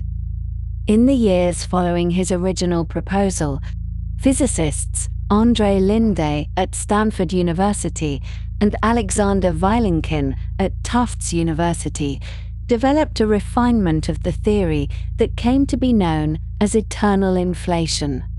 And it is here that our story takes a turn toward the genuinely strange. In the original picture of inflation, the rapid expansion was driven by a field, often called the inflaton field, that filled all of space with a particular kind of energy. This field was unstable, like a ball balanced on the top of a hill, and eventually it decayed, releasing its energy as ordinary matter and radiation, ending the inflationary period and beginning the hot Big Bang that produced the universe we see today. But Linde and Vellinkin realized that this decay need not happen everywhere at the same time. In some regions of the inflating space, quantum fluctuations might cause the field to decay sooner, creating a bubble of normal space, a pocket universe like our own, while in other regions the inflation might continue, the space between bubbles stretching faster than the bubbles themselves could expand. This process, once begun, would never end. New bubbles would form constantly, each one a universe in its own right, but the inflating space between them would grow even faster, ensuring that most of the bubbles would never come into contact with one another, forever separated by regions of space expanding too quickly for light or any other signal to cross. The picture that emerges is of an infinite sea of rapidly expanding space, dotted with countless bubble universes, each one perhaps governed by different physical laws, each one isolated from all the others by horizons that can never be crossed. Our observable universe, in this framework, is simply one such bubble, one among an uncountable multitude, drifting in an eternal ocean of inflation that has been going on for longer than we can meaningfully describe and will continue going on forever. Linde developed a related idea called chaotic inflation, in which the process of universe creation becomes even more varied and endless. In this picture, the inflaton field does not need to start in any particular carefully arranged state, but rather can begin with almost any configuration, and the regions where it happens to be high enough will inflate, producing new bubble universes of their own. Each of these bubbles might in turn contain regions where the field is high enough to trigger further inflation, budding off daughter universes in an endless branching tree of creation. The metaphor often used is of foam, with new bubbles constantly forming within bubbles, the whole structure growing without limit in every direction and in every sense. The mathematics of chaotic inflation is well defined. The equations can be written down and solved, and the predictions for what we should see within our own bubble turn out to match observations of the cosmic microwave background and the large-scale distribution of galaxies rather well. But the implications for what lies beyond our horizon are humbling in a way that is difficult to fully absorb. If eternal inflation is correct, then the number of other universes is not merely large, not merely astronomical, but genuinely infinite, and most of them are forever beyond any possible observation or contact. String theory, the framework that attempts to unify quantum mechanics and gravity by describing the fundamental constituents of reality as tiny vibrating strings rather than point-like particles, adds another layer to this already elaborate picture. In 2003, the physicist Leonard Susskind at Stanford University drew attention to what he called the string theory landscape, a concept that had been developing in the field for some years. String theory, it turns out, does not predict a single unique set of physical laws, but rather allows for an enormous number of possible solutions, each one describing a universe with different properties, different particle masses, different forces, different numbers of spatial dimensions curled up too small to observe directly. The number of these possible solutions is not merely large, but staggeringly, incomprehensibly large, estimated at roughly 10 to the power of 500, a number so vast that writing it out in full would require more zeros than there are atoms in the observable universe. Each of these solutions corresponds to a different possible way for a universe to be, and in the context of eternal inflation, each bubble universe might randomly land on a different solution, exploring the landscape through sheer cosmic happenstance. Our universe, with its particular particles and forces and constants, would then be just one point in this vast space of possibilities, not special or chosen, simply the one we happen to inhabit because we could not exist in most of the others. This is the anthropic aspect of the landscape. The idea that we find ourselves in a universe compatible with our existence, not because the universe was designed for us, but because, in an infinite ensemble of universes, some of them were bound to be compatible, and we necessarily find ourselves in one of those. The cosmologist Max Tegmark, in a series of papers culminating in his 2003 classification, organized these ideas into a hierarchy of 4 levels of multiverse, a taxonomy of increasingly radical possibilities. The first level is simply the regions of space beyond our cosmological horizon, places that obey the same physical laws as our own, but contain different configurations of matter, different galaxies and planets, and perhaps different histories. The second level corresponds to the bubble universes of eternal inflation, regions that might have different effective physical constants due to different ways the underlying fields settled into their final states. The third level invokes the many worlds interpretation of quantum mechanics, in which every quantum measurement causes the universe to branch into multiple copies, each one realizing a different outcome. The fourth level is the most abstract of all, the idea that all mathematically consistent structures exist in some sense, that mathematics itself is the ultimate reality, and every possible mathematical structure describes some universe that is just as real as our own.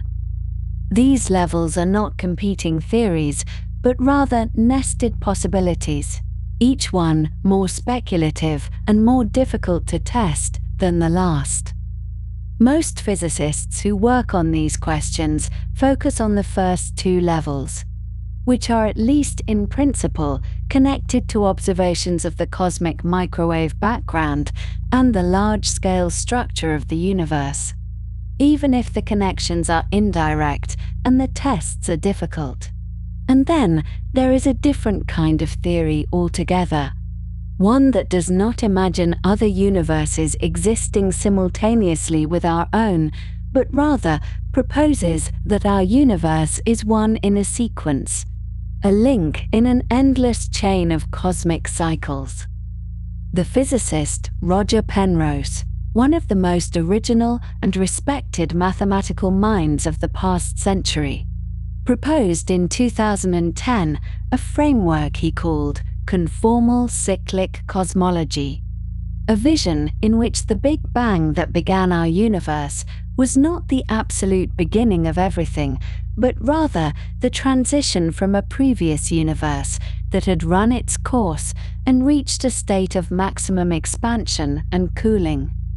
In Penrose's picture, when a universe grows old enough and when all its matter has decayed into radiation and its black holes have evaporated away, when nothing remains but a thin, cold sea of photons and gravitons spreading through an ever-expanding void.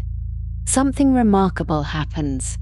At that point, with no massive particles left to define distances and no clocks to measure time, the geometry of space becomes conformally equivalent to the dense, hot conditions of a new Big Bang.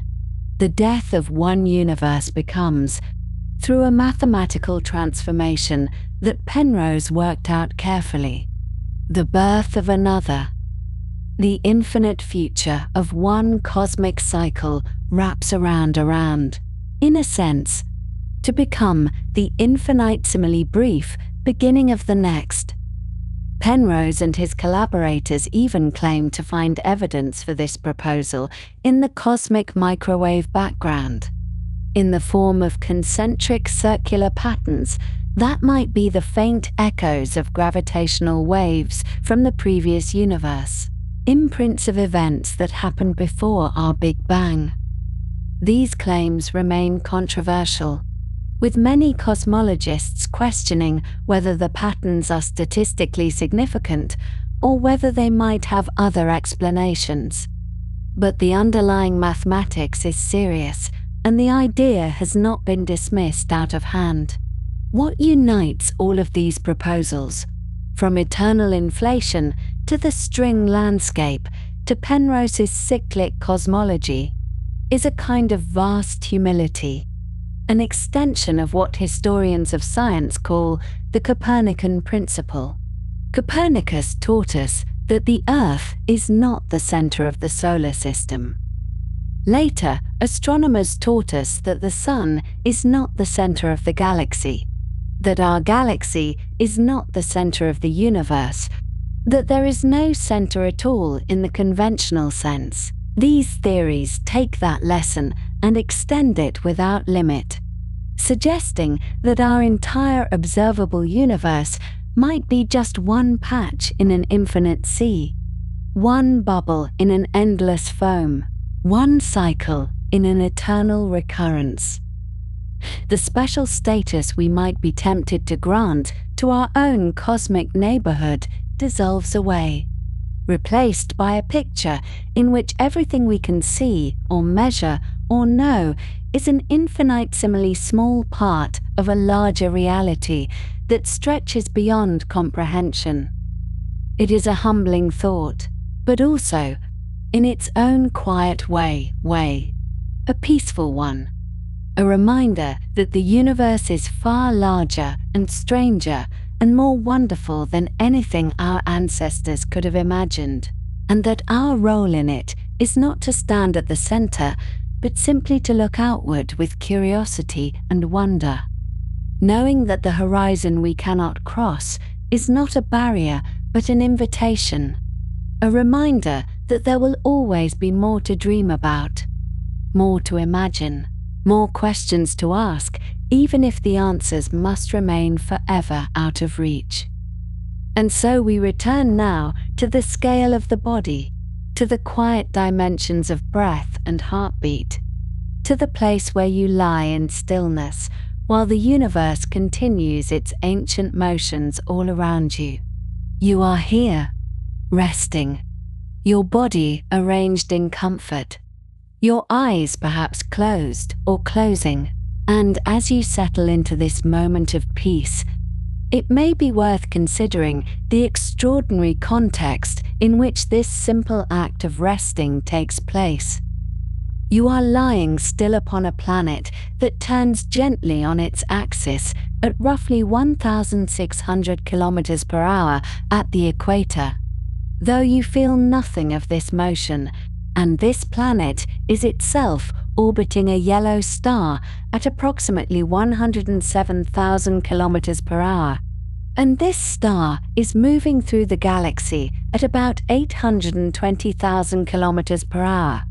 And the galaxy itself is drifting through the local group of galaxies, and the local group is being carried along by the expansion of space at velocities that become difficult to comprehend at human scales. All of this motion occurs in perfect silence, without turbulence, without any sensation of speed, and you remain peacefully unaware of any of it as you breathe in and breathe out and feel the weight of your body pressing gently into the surface beneath you. Within the observable universe alone, the portion of reality from which light has had sufficient time to reach us since the beginning of cosmic expansion, there exist approximately 400 billion galaxies. This number is so large that it resists meaningful comprehension, and yet it remains a conservative estimate that astronomers have refined through careful observation and statistical analysis over many decades. 400 billion galaxies, each containing on average 100 billion to 200 billion stars. Each of those stars potentially hosting planets of its own, and all of this wheeling silently through the darkness while you lie here in your small corner of one unremarkable planet, orbiting one ordinary star in the outer suburbs of one spiral galaxy among the 400 billion. The scale is not meant to diminish you, for you are made of the same material as the stars and the galaxies, and the atoms in your body have traveled immense distances through time and space to arrange themselves temporarily in the form that is you, resting, breathing, perhaps growing pleasantly drowsy as you listen to these words. In the year 2004, the Hubble Space Telescope completed one of the most ambitious observations ever attempted from Earth orbit. Scientists directed the telescope toward a small patch of sky in the constellation Fornax, a region that appeared to casual observation to be essentially empty, containing no bright stars and no obvious features of interest. They kept the telescope pointed at this apparently blank region for a total of 11 days of accumulated exposure time, gathering light photon by photon across 400 separate observations. And when they finally assembled the data into a single composite image, they found that the darkness was not empty at all. The resulting photograph, known as the Hubble Ultra Deep Field, revealed approximately 10,000 galaxies crowded into a patch of sky so small that you could obscure it entirely by holding a single grain of sand at arm's length against the night sky. 10,000 galaxies, each containing billions of stars, hidden in what had appeared to be nothing, waiting patiently for an instrument sensitive enough to detect the faint light that had been traveling toward us across billions of years. The image remains one of the most profound documents ever created by human technology, a window into depths that had previously existed only in theoretical speculation, and it suggested that wherever we look, however empty the sky appears, there is always more to be found if only we possess the patience and the instruments to look carefully enough. In 2022, the James Webb Space Telescope extended this practice of patient looking into even deeper regions of cosmic time. The new telescope, with its mirror 6 times larger than Hubble's and its instruments designed to detect infrared light that has been stretched by cosmic expansion, pointed toward another patch of sky and gathered light from galaxies that existed when the universe was barely 300 million years old. These were among the first galaxies ever to form, small clumps of matter drawn together by gravity in the aftermath of the Big Bang, beginning the long process of assembling into the structures we observe today. The light from these distant objects left its source more than 13 billion years ago, when the universe was still in what might be called its infancy, and that light has been traveling through the expanding darkness ever since, diminishing in intensity and stretching in wavelength, until finally, in our time, it encountered the polished mirrors of a telescope positioned at a point in space called the second Lagrange point, approximately 1.5 million kilometers from Earth. The galaxies themselves have long since evolved into other forms, or merged with other galaxies, or dispersed their matter into new configurations. But the light that left them so long ago continues to arrive, carrying information about a past that no longer exists anywhere except in these ancient photons and in the images we construct from their arrival. In 1990, the Voyager 1 spacecraft, then at a distance of approximately 6 billion kilometers from Earth, turned its camera back toward the inner solar system and captured a series of images that included, almost by accident, a photograph of Earth. The planet appeared in that image as a tiny point of light, less than a single pixel in size, suspended in a beam of scattered sunlight. The astronomer Carl Sagan, who had advocated for the photograph to be taken, reflected on this image in 1994, offering a meditation on what it revealed about human existence and human significance. He noted that every human being who had ever lived had done so on that pale blue dot, that all of human history and achievement and suffering had occurred on a mote of dust suspended in a sunbeam.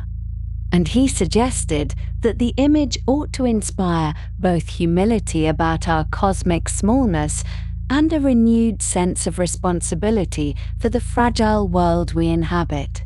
His words were not meant to produce despair, but rather a kind of tender awareness, a recognition that the vastness of the universe does not negate the importance of compassion and kindness and careful stewardship of our small home. The photograph itself remains one of the most distant views ever taken of Earth, and the spacecraft that captured it has since passed beyond the boundary of the solar system and into interstellar space, still traveling outward, still carrying a golden record containing sounds and images of Earth, moving at approximately 17 kilometers per second toward no particular destination. A message from a species that wished to leave some evidence of its existence among the stars. The atoms that comprise your body, the carbon in your tissues and the oxygen in your blood and the calcium in your bones and the iron at the center of your hemoglobin molecules, were not present at the beginning of the universe. In the first moments after the Big Bang, only the lightest elements existed, primarily hydrogen and helium with trace amounts of lithium, and everything heavier had to be manufactured later through nuclear processes in the cores of stars. This realization came gradually to astronomers and physicists during the middle of the 20th century, and it was the British astronomer Fred Hoyle who, in 1946, first clearly articulated the mechanism by which heavier elements could be synthesized within stellar interiors. He demonstrated that the extreme temperatures and pressures at the centers of stars, particularly during the late stages of stellar evolution and during the catastrophic explosions known as supernovae, could forge atoms of carbon and oxygen and nitrogen and all the other elements necessary for life. The phrase that eventually emerged from this understanding, though not coined by Hoyle himself, was that we are made of star stuff, or that we are stardust. And while the phrase has perhaps become somewhat familiar through repetition, the underlying truth remains extraordinary. The iron atoms in your blood were created in the final moments of a massive star's life, flung outward in an explosion that briefly outshone an entire galaxy, scattered through interstellar space, eventually incorporated into a collapsing cloud of gas and dust that formed our solar system, concentrated in the molten core of the early Earth, brought to the surface through volcanic activity, absorbed into soil and water and living organisms, and ultimately taken into your body through the food you have eaten, where they now participate in the chemical processes that keep you alive. You are not merely observing the universe from a position of separateness, for you are composed of the universe, assembled temporarily from materials that have traveled billions of years and immense distances to constitute the particular arrangement of matter that is you. Here, resting, listening to these words, the cosmic horizon that marks the edge of the observable universe is not a wall or a barrier in any physical sense. It is simply the limit of what light has had time to show us, a boundary set by the finite speed of light and the finite age of the cosmos. Beyond that horizon, the universe almost certainly continues. The laws of physics as we understand them do not change at the edge of our vision, and there is no reason to believe that space itself terminates at the point where our observations happen to end. Most cosmological models suggest that the universe extends far beyond what we can see, perhaps infinitely, filled with more galaxies, more stars, more planets, more of everything we observe within our limited sphere of visibility. We cannot receive light from these regions because there has not been time for that light to reach us. And due to the accelerating expansion of space, much of it never will reach us, no matter how long we wait. But this does not mean those regions do not exist. It means only that existence exceeds our capacity to perceive it. That reality is larger than our instruments and our theories can presently encompass. There is a gentle comfort in this understanding, if we are willing to receive it. The mystery that surrounds us is not an emptiness, not a void, not an absence where something ought to be. It is instead a plenitude, an abundance of existence that simply lies beyond the reach of our current knowing. The universe did not create a boundary to frustrate us or to withhold secrets maliciously. The boundary is simply a consequence of how light travels and how time unfolds, and it applies equally to every observer in every location, so that aliens in a distant galaxy, should they exist, face the same limitations we do, with their own observable universe centered on their own position, overlapping with ours in some regions and extending into volumes we will never see while remaining blind to volumes that we can observe. There is no privileged vantage point from which all of reality becomes visible. No cosmic watchtower from which the whole can be surveyed. Each observer sees only what light can bring them, and each horizon is personal in this sense, a sphere of knowability drawn around the place where the observer happens to be. As you lie here now, resting in the quietness of this moment, light is traveling toward you from distances you will never reach. Some of this light left its source millions of years ago, crossing the gulf between galaxies, passing through the vast emptiness of intergalactic space, undisturbed by any interaction, diminished only by the stretching of space itself. heading always in your direction, though it had no knowledge of you, no intention, no destination in mind. It is simply doing what light does, moving at 300,000 kilometers per second through the vacuum, carrying with it information about the conditions at the place and time where it originated. Some of this light will arrive at Earth tonight, entering the atmosphere, scattering against air molecules. Some small portion of it perhaps landing gently on the surface of the planet near where you rest, completing a journey of incomprehensible duration to arrive at this particular moment, this particular place. You do not need to go anywhere or do anything to be in contact with the cosmos. The cosmos comes to you, constantly, in the form of light and particles and gravitational influences, so subtle they are nearly undetectable. You are already immersed in the universe, already connected to the distant past and the unreachable spaces beyond the horizon by the same physical processes that govern the behavior of stars and galaxies. The boundary of the observable universe is not a separation between you and the rest of existence, but simply a gentle fading of visibility, a gradual dimming of what can be known, like the way a landscape disappears into mist without any hard edge marking where the visible ends and the hidden begins.